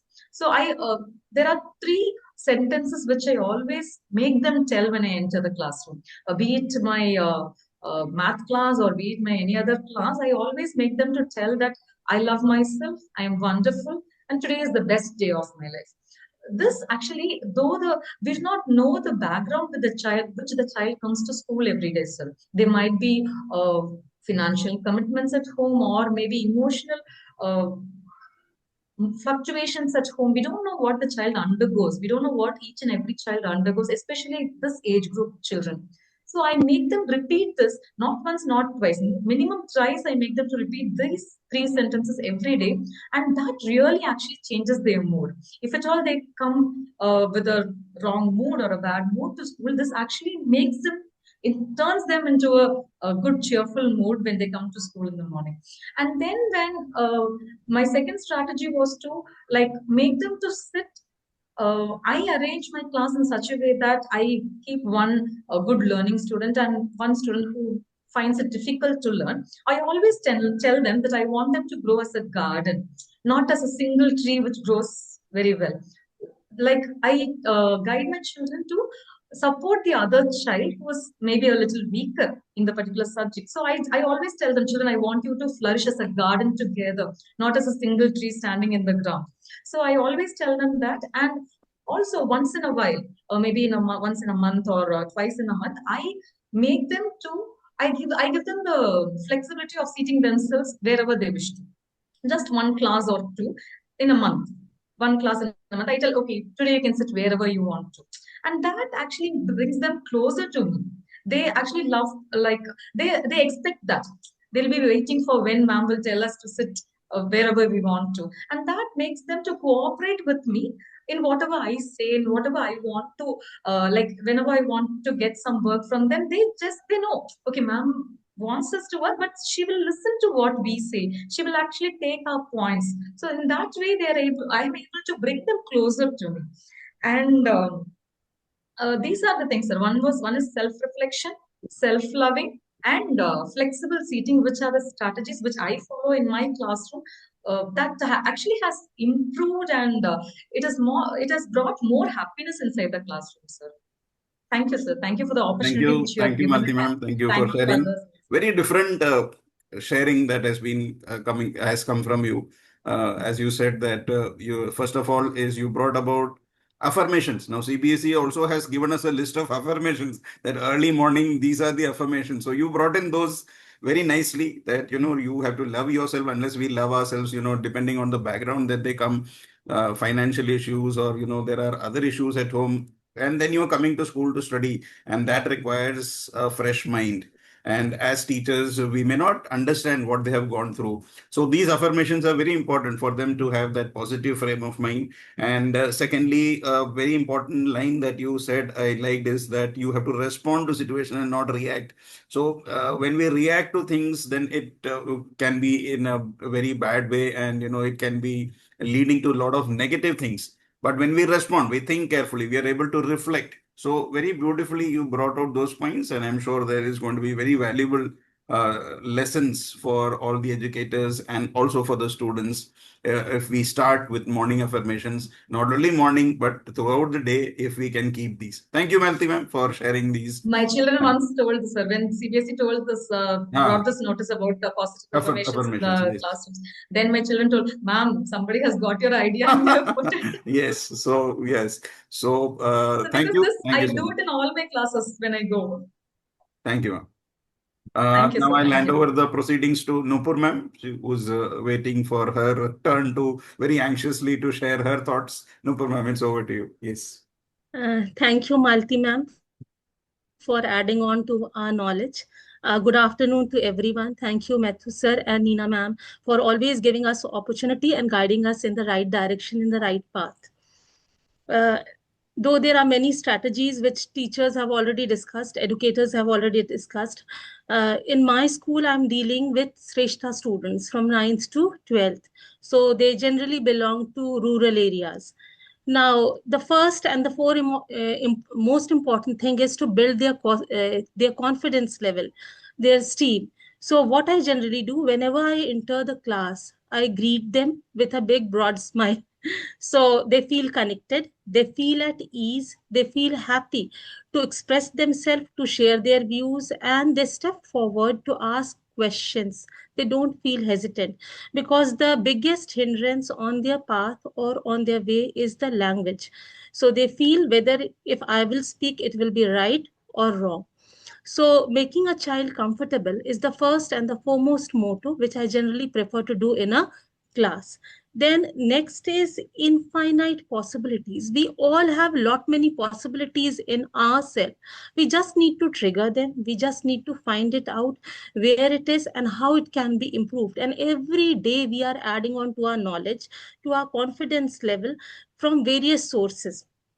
So, building their confidence, motivating them, guiding them, encouraging them, and showing them the right direction is the second motto, which I generally, or the aim which I generally practice in my class. Because again, no question is a wrong question. Let them ask as many questions as they want so that they can clear their doubts. And if a child will feel hesitant, if a child will feel scared, naturally he or she will not be able to open up and will not be able to ask the questions which are there in his or her mind. The third important thing is that I try to make my communication very simple and clear so that the concept is driven home, it is carried home, the child is able to understand what is being shared with the child. And um, with these students, they need a little more of love, care, and attention because they are mostly boarding students who stay in our school away from their parents. There is nobody to share their emotional thoughts with them. So it's the teacher who acts like a mother to them, right? So being connected with the student and guiding them in the right direction builds up their confidence, and you won't believe they are doing wonders. And when the feedback they give, though they are not able to express themselves beautifully, but whatever is in their heart or in their mind, they express it. Sometimes we as teachers say that don't write your name, but with full confidence they write their names, class, and sections, and then they give it to us. So it's wonderful teaching them, and we feel at ease being connected with these students. Thank you, dear educators, who are listening, and have a nice day to everyone. Thank you, sir, for providing me the opportunity. Thank you. Thank you so much, Nupur ma'am. Entering into the classroom with a smile is so important. The next important thing is, sir, my teeth are a little bigger. So even if I'm not laughing, they feel my teeth has got gaps in between. See, so so that, but the smile is always beautiful, and smile is something which connects you to the students and with people around you. If you roam around with a stern and grudgy face, grumpy face, then nobody is going to bother about you. And the smile makes a lot of difference. Of course, it improves your health, your blood flow is good, but at the same time, it sends very positive vibes in the classroom. So they always say, "Sir, ma'am, you are in a good mood today," and if you don't smile, they will say you are in a bad mood. Right, So we always sometimes, we underestimate our students, but they read the body language of the teachers very fast. And another very important point that you brought about was asking questions. And that is something which, as teachers, some of us feel really challenged because sometimes we don't like students asking too many questions. We tell them to shut up and sit down. You're wasting my time. I have to complete my syllabus. There are so many, but if you are encouraging your students to ask unlimited questions, then I think as a teacher, you have done justice to that class. And if you are able to answer those questions, because all questions we may not answer, I think we should be humble enough to accept that, okay, I'll find out and tell you tomorrow. But always encouraging questioning is a very, very good quality of a teacher. And questions come before because they are understanding what you are teaching, and or there is curiosity.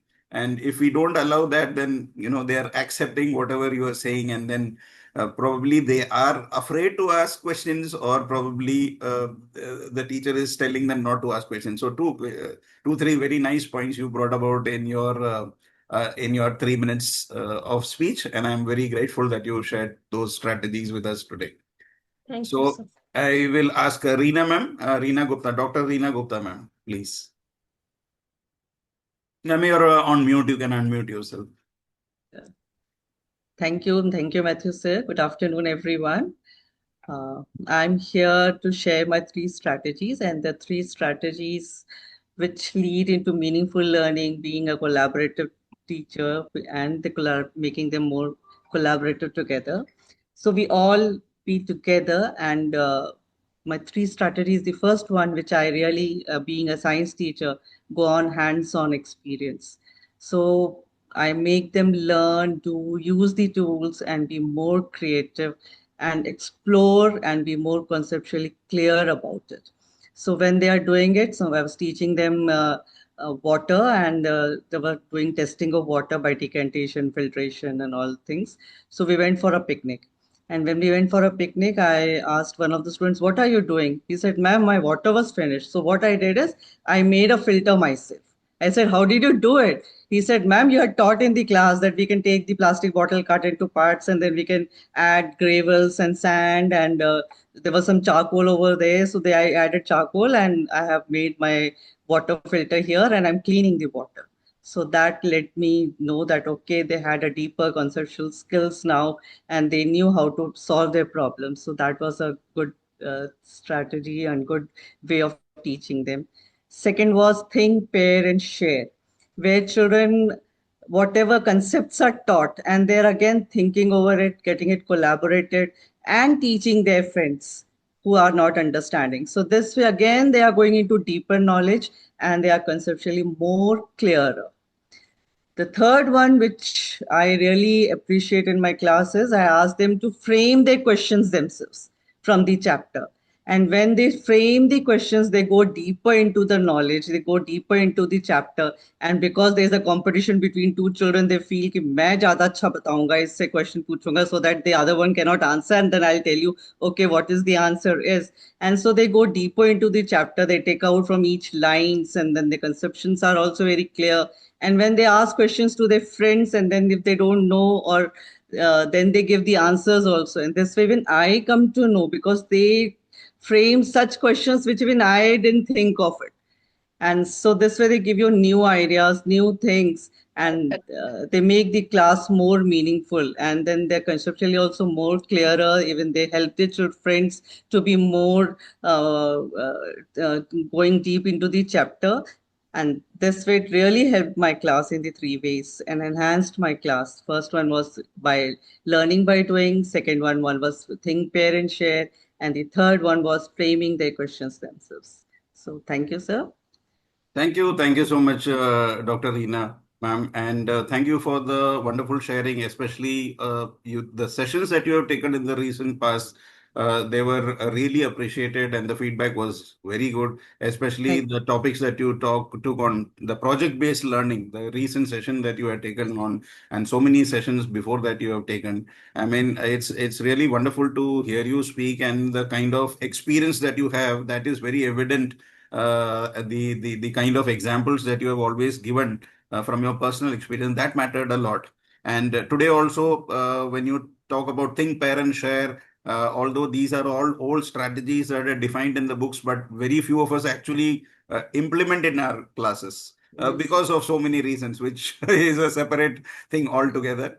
But the idea of a student building his own filtration, a small mini filtration tank, must be a super achievement for a teacher, because that is something which you randomly discussed and somebody actually built a model and brought it. So I think things like that makes the work of a teacher very it's an elated feeling to get such type of projects or something which the student has applied in their real life, that what you have taught is now they are converting into real life. And I'm really grateful to you for conducting these sessions, as I've told you, and we look forward Thank you so much. more collaboration and more sessions from you. Thank you so much. Thank you, sir. Thank you so much. Thank you, everyone. Thank you. Yeah. So now I will invite Richa ma'am. Yes, Richa ma'am, please. You can unmute yourself. Yeah. Good afternoon, sir. Good afternoon, all the panelists. Thank you for providing me such a platform where I can collaborate and share my knowledge. Am I audible to all? Yes, ma'am. Please go ahead. I am Richa Nagpal, and I am having 8 years of teaching computer science in Jaipur. Now, recently I am in Kanpur. So I integrate the technology and AI into my classroom so that a student can learn the concept and the real world impact also, because AI is also new to me. So first we all have attended all the CBP provided by CBSE and learned the basic concept, and then introduced in our school also, and got the opportunity as a AI teacher first time in my school. And like ma'am said, all the esteemed panelists are there, already shared their rich insight on this particular topic. I also integrate gamification and project-based learning, so that student learn that how it could be impact to the real world. So I also make a model like how a machine can learn from, like, when we are going to search something on internet, and when we are search something, the ad that is related to that particular thing is going to display on our mobile, how it is displayed in a mobile, so that like inspire the student to learn the what is the basic thing behind that, how a machine can learn. And whenever I start teaching like Python and coding in the classes, I started them to play some game that is related to the coding concepts. Like I also learned from the book also, like Code Combat is a platform where a student can learn by themselves. So I introduced that platform also to student. So when a student play that particular game, they learn more about the concept that is related to the coding or the programming. So first, when I introduced the coding in a class, I told them to play this particular game and tell me what you learn about this particular game. And they told me, ma'am, that you are the first teacher who told us to play a game in a class, and as a homework also you give us a game to play. So I told them that because of this game, you learn that how you can implement that coding concept in your programming languages. That's why it is very necessary that you should learn this game and implement that in your studies as well. So it is very engaging part of that game and that platform. So I think, like, there is a shift between from traditional to new life technology, we should encourage our student to learn from like real world parameters. Like when my self learning, I see that so many platforms are there that they are very, like, give you very interactive platforms to learn. So I told the students, like, sometimes we'll also learn from you, because these all things are very new to us, and with you we also learn. So when we are collaborate with the student and they said you can do it, and we are also learning, and with you we are also doing like robotics, STEM learning, and we integrate these things to each and every aspects of subject and relate this subject with our subject. So a student take more interest in that particular topic. So when I create an ML model that how a AI machine can recognize a pose, they themselves start taking interest, and they create models like how we can recognize poses of yoga in our machine. So I was very impressed by student also, that I teach them a little bit concept that how to classify a particular thing, and got to know so many different things from the student. They create a different topic. They think about the different situation and create a model based on that. So it give me honor also that I am blessed that I'm a computer teacher, and I help them to learn. And with this, I would like to give thanks to all of you and providing me this platform where I can share my knowledge. Thank you, sir. Thank you, Richa ma'am. And I think as computer teachers, all the computer teachers, and in fact, have got a greater responsibility of getting involved, especially since AI and all these apps are coming into it, into play in the teaching methodology is changing. So a lot of teachers are struggling how to use this. We all know that there is AI, we all know about coding, we all know, but it is all peripheral knowledge.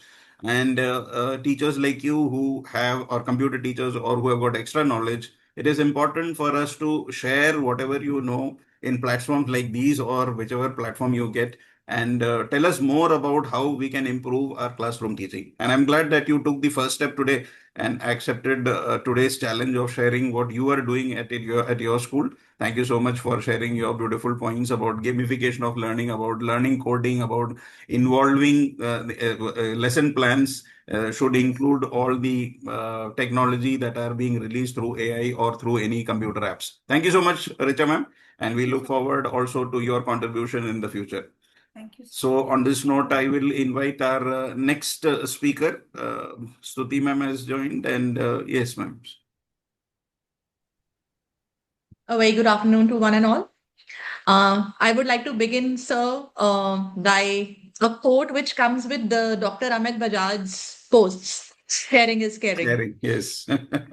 And thank you so much, sir, for joining the league and, giving opportunity to all of us and, creating this such a wonderful community where everyone wants to, freely share. And I'm really happy to be a part of this forum. Thank you so much, sir, and more power to you. I would like to, though it's very difficult to speak at the end of the session because so many points have already been taken up, but I'd like to, share my own experiences. One very important thing which I do in my classes is use these brain break activities. We all have been attending many workshops online, offline, especially in the offline sessions. We must have seen the RPs, suddenly making us all stand up and break into a dance or some physical activity. Some of us try to do it in our classes. And if I talk about the higher classes, especially classes 9 to 12th, it's very difficult to, make them stand up and break into this hand and body movement. They won't do it. And believe me, I've been doing it in my classes 11th and 12th. I told them, you make memes, you make fun of me. I am doing it, you have to follow. Initially, there was a little bit of hesitation. Then one of them started, second, third. Now they asked me, ma'am, Gana kis din bajaoge? They paid for it now. And there are many songs. Most of the RPs use one of Ramsam's song. You must have seen one or two songs, but you find out on YouTube, there are so many of them. Any simple activity, 1, 2, 3, all of you have to sit straight. Something to break the monotony of the class and bring them back. The attention span, we all know, we all are erudite educators here. The attention span is very small. Something to bring them back to the class. Anything very, very small. Just stand up. And just 2 days back, I attended a workshop. We had a very good RPs there, CBSE workshop. What they made us do was when they say left, we have to do right. When they say right, we have to do left. Very simple.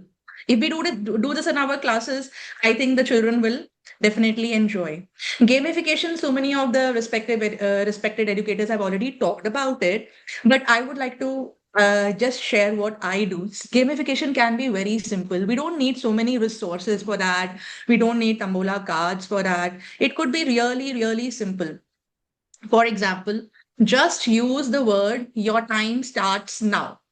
And I want them to write a 2-mark answer. I'm an English teacher. I want them to write a 2-mark answer in 2.5 to 3 minutes. The moment I say your time starts now, even those who don't want to write the answer, now they'll start writing because there's some kind of a competition, some kind of a game going on in the class.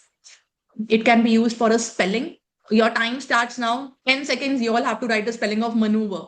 You have to write the spelling of mayonnaise. So the moment it just, triggers a spark in them when you say your time starts now.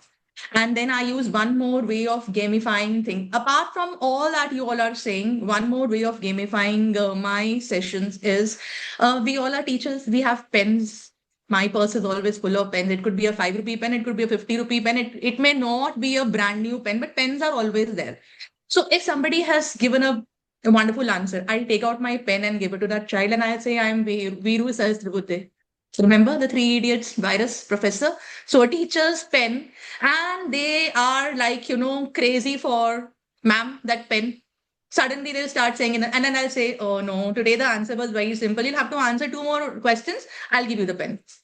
And it's not always about a pen. It could be a chocolate. We all have chocolates in our purses also. Like, very simple. This is gamification. I don't need any resource for that. Sometimes I keep new pens also with me, but my own used pens are the ones which they look forward to the most. And one more very important thing, like when we start our sessions now, July, it's monsoon. I'm teaching something in the class and it starts raining. I tell my students, okay, fine, close your books. Let's talk about the rain. Let's write 2 lines. Now, all of them are not poets. They cannot write poetry. I know that. Those who have creative bent of mind, within 15 minutes, 20 minutes, 5 minutes, they will write good poems. I have to concentrate on the ones, those who will not be able to write, those who don't even know to maybe frame proper sentences.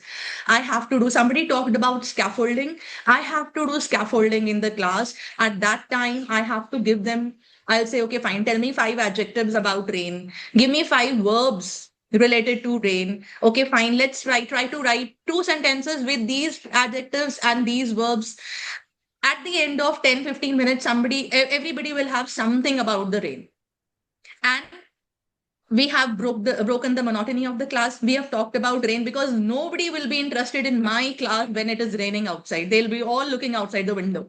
So I have tried to, engage them in something which is productive also, which is constructive, which is taking the advantage of the rain. They are looking outside and they are enjoying also. And carrying the scaffolding thing forward, especially for the mathematics teachers and I as an English teacher, see, we all give formats to the students: letter writing, paragraph writing, notice writing. And then we tell them, we had given samples and we told the students to write your own notice, letter, etc. I use a strategy which is called I do, we do, and then you do. I do means a complete sample is given to them, top to bottom. The we part is missing at many places, and I also initially did not do it, or did it in a very, very light way. We means scaffolding, means guided practice, means give them fill in the blanks, give them 3 lines, tell them write 2 lines, give them the next 3 lines again.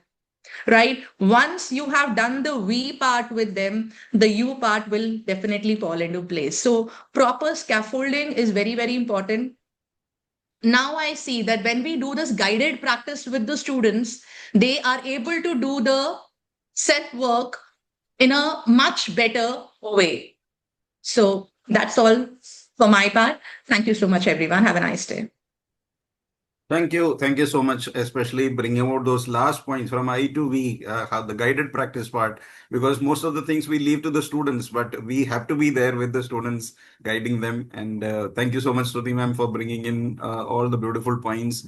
And thanks to all the panelists also. And we have next now Shubhangi ma'am, who has joined us. Yes, Shubhangi ma'am, please. Good afternoon, sir. Am I audible? Yes, ma'am. Yeah. Good afternoon, one and all. Good afternoon, Matthew, sir. It's been wonderful listening for last 1.5 hours. Basically, I am a chemistry educator, chemistry PGT. Worked in education sector for last 24 years, and currently I am not into direct school education, but as my career started as a middle school teacher and ranged up to becoming a vice principal, I thought to come out of my regular zone and share some of the things which I follow to make my class effective. In the whole time, everyone shared beautiful tips and tricks, and a lot of good things came out. I followed a lot of things in my classroom. As I told you that I'm a chemistry person, so the subject is very different. As when we talk about 11th and 12th specifically, it becomes very tough to grab the attention of the students, as you all must be knowing that all these students are totally distracted and not distracted, get crushed between their coaching classes and all. So I had 3 principles which I followed very rigorously during my tenure as a PGT chemistry. The first one was seek first to understand than to be understood. This is Stephen Covey's famous saying, or one of the best principles quoted in his book, 7 Habits of Highly Effective People.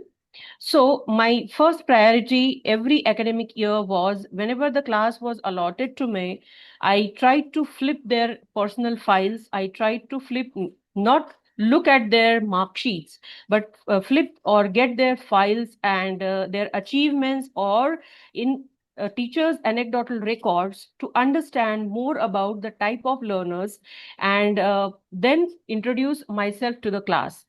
And the first class will never be the teaching class, or it used to be always an informal discussion as well as understanding about them. And I used to call up every student with their name, because I have already done the skimming of their personal files, and also it gave me added advantage to acknowledge their achievements, and that created a quite good ionic bond, which I used in helping them to go further to get their good academic grades. The second important strategy which I always like to follow was providing syncing time. As a lot of other educators over here said that a lot of techniques are to be used, the 11th and 12th students are really crushing and running behind their coaching classes and meeting the great deadlines. So sinking time in the classroom, I was never in a hurry to complete the syllabus because I know that I'm just a facilitator over there. I may have good subject knowledge, I may have my own ways to teach them, but the child needs that. I have done my post graduation years back, but the child is learning this concept for the first time. So I used to have few minutes to sync that, and in case I used to read their faces, and in case their eyes and faces told me that it's not sank well, I used to go back again without uttering a single word and start re-explaining again, or take help of someone in the classroom who felt to be curious. So this was my another strategy which helped me as a PGT to move forward. And the third important strategy which I always like to follow was subject integration. And two of my extreme subject likings were sports and libraries. People may wonder that how come sports will come into chemistry and library will come into chemistry. Sports is something which is totally missing out from today's students. However, and whatever you say, but these students who pursue science stream, they always struggle to have rigorous physical activity. So the sports teachers help, and our mutual coordination, we used to give them certain tasks, and we used to organize inter-class activities or intra-class activities which help them to boost their physical well-being as well as mental being. And the library thing was another boost for their brain boosting, because apart from your subject knowledge, physics, chemistry, biophysics, chemistry, maths, where they are totally immersed into abstract and various kind of difficult concepts, reading apart from their own subjects used to connect them to the outer world. Sometimes it used to be poems, sometimes it used to be a good meme, good stories. So these two different poles I brought into my classroom teaching, and it not only helped me as an educator to deliver in an appropriate manner, but also always helped me to get a good connection with my students and helping them to boost their morale and keep them on track for their academic well-being. So that's it from my end. Thank you, sir. Thank you, all the educators. Thank you, ma'am, for sharing your inputs here. And being a chemistry teacher, you put in so beautifully about the ionic bonding. Like those who are having extra electrons, they are donating to those who don't have. So very beautifully shared. The knowledge is also supposed to be shared like that so that the other person is enriched. And secondly, you quoted the Stephen Covey 7 habits, and you concentrated on a habit, the fifth habit, that seek first to understand, which is most neglected. We all like speaking, but we don't like to listen. And the Stephen Covey very beautifully puts in, which you emphasized here also, that first you have to understand, then only to be understood. So you have to practice active listening and empathize with others. Then only the communication improves. So thank you so much for sharing your inputs. And now I will ask Neena ma'am to come forward and give us the strategies, and also thankful to her as the co-founder of AIF. She has been a great support in whatever I do. It's not possible to do anything individually, it's a massive task looking after so many things, but she is rock solid behind me, so that's why I'm able to do all this. So I want to first of all thank you for all the support and all the initiatives that you take for AIF, for me, and for the family, and for the AIF family too. So I'll ask her to conclude today's session with so many speakers have said so many things, and I think if I ask AI to write a book, I think that's going to be a bestseller. So after the meeting, I could try, collecting all these ideas and probably write a book on this. So it's over to you, Nina, for the concluding words. Thank you, Matthew.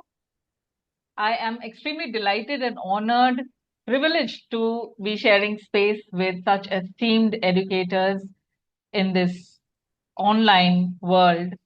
And I wish and look forward to meeting you all in person, because I deeply believe in authentic connections, and let this be a start for our offline connections too.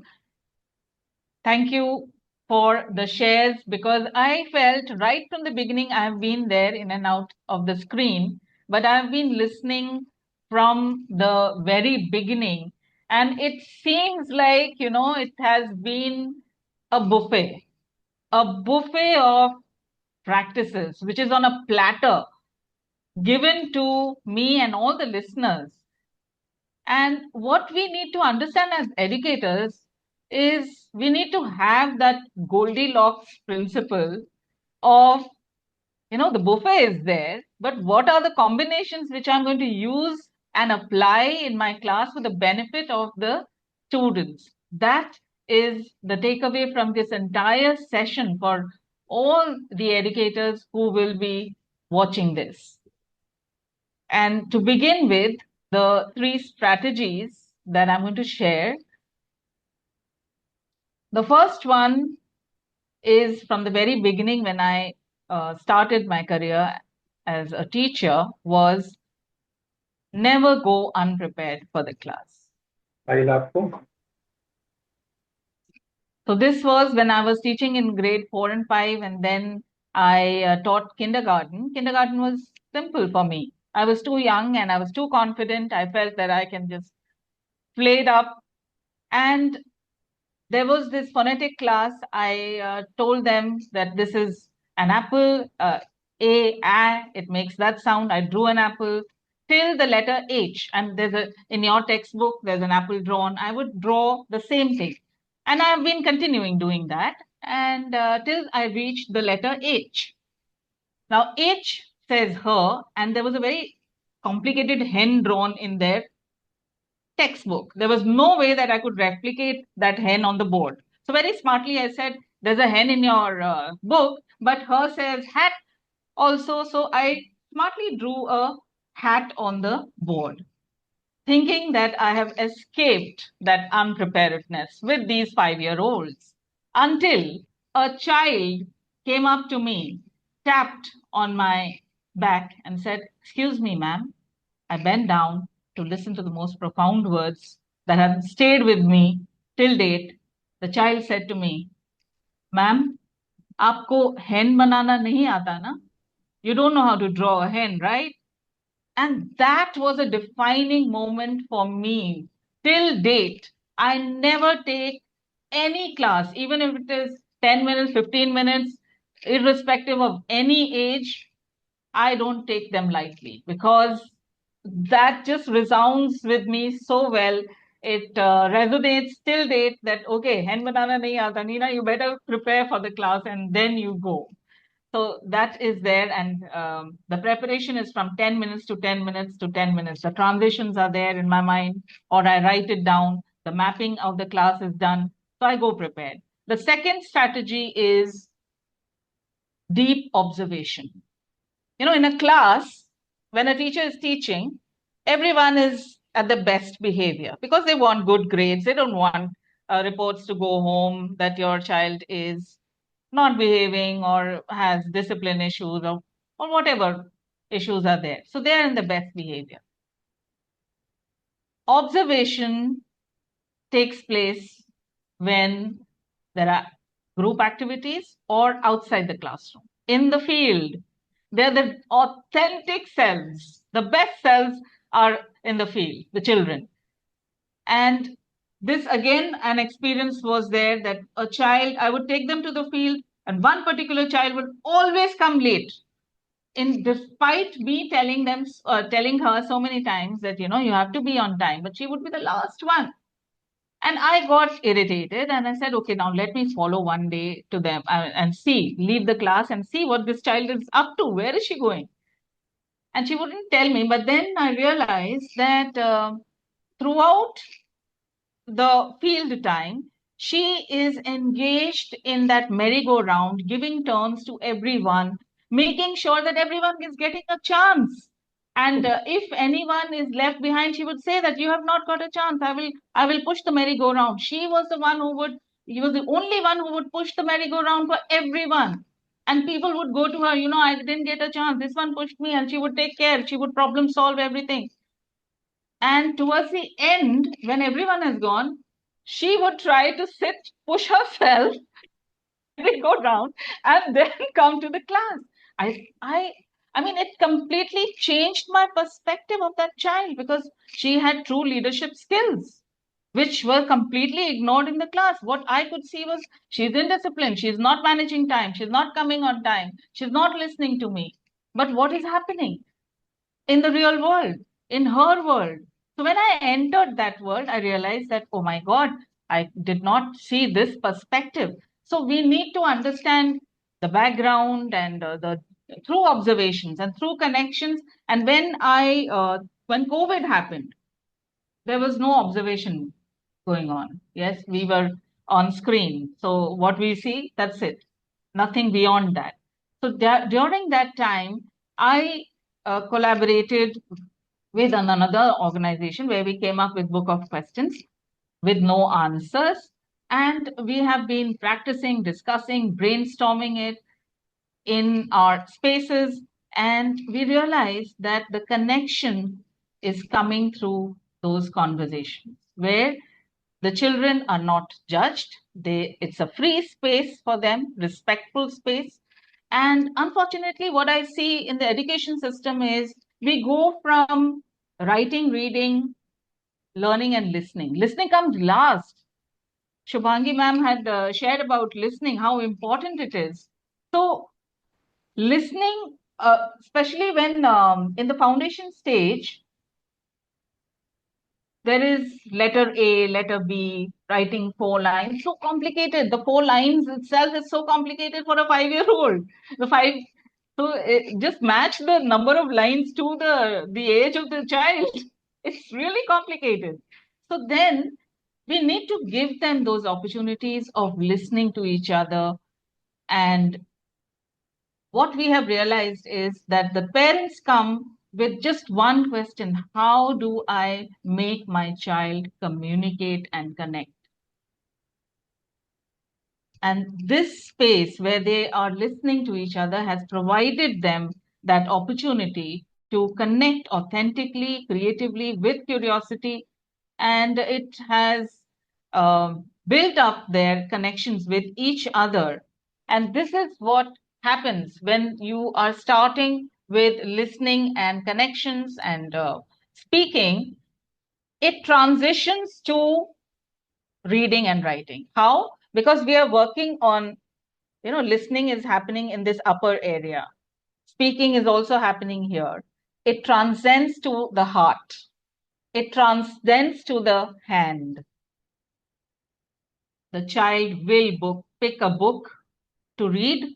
The child will pick a pen or pencil to write.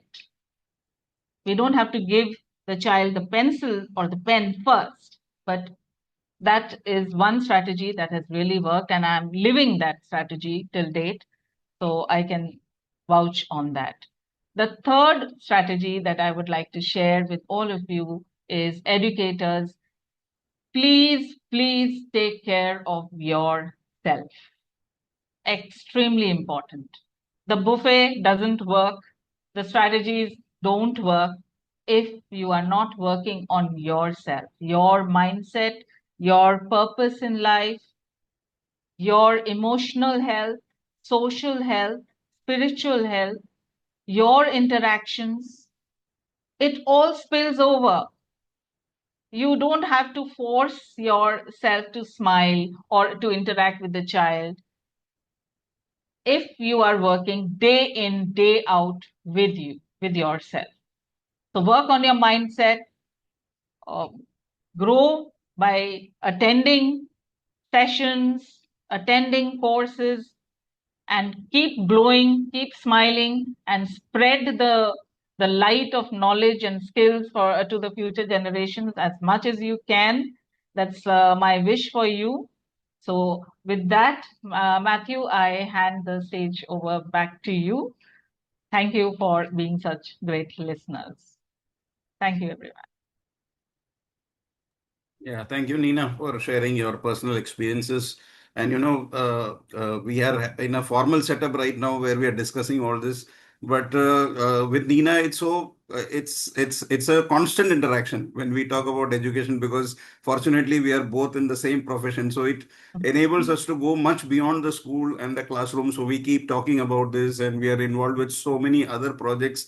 As Nina said, she's involved in so many projects. I am involved in so many projects. So we come to know a lot of things, what is going on across the world, what are the strategies that are being used. But today's session was something which was so beautifully expressed by each person, because they were personalized examples. They were not examples taken from some books, or they did a Google search and collected that. So this personalization is what is important for everyone, because someone who's got 10 years, 20 years, 30 years of experience will certainly have certain incidents which has changed their life.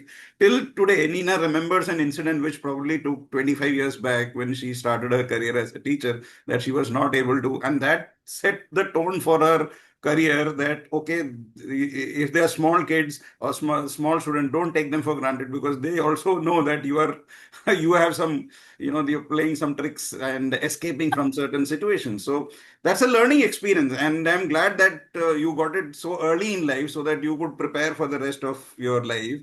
And similarly, so there are so many experiences which were shared by so many speakers today, and this was a very, very enriching experience. With all experience and expertise, I feel that we are still learners. Every session teaches us so much, and I'm glad that today's session also we are carrying back a big bag of resources.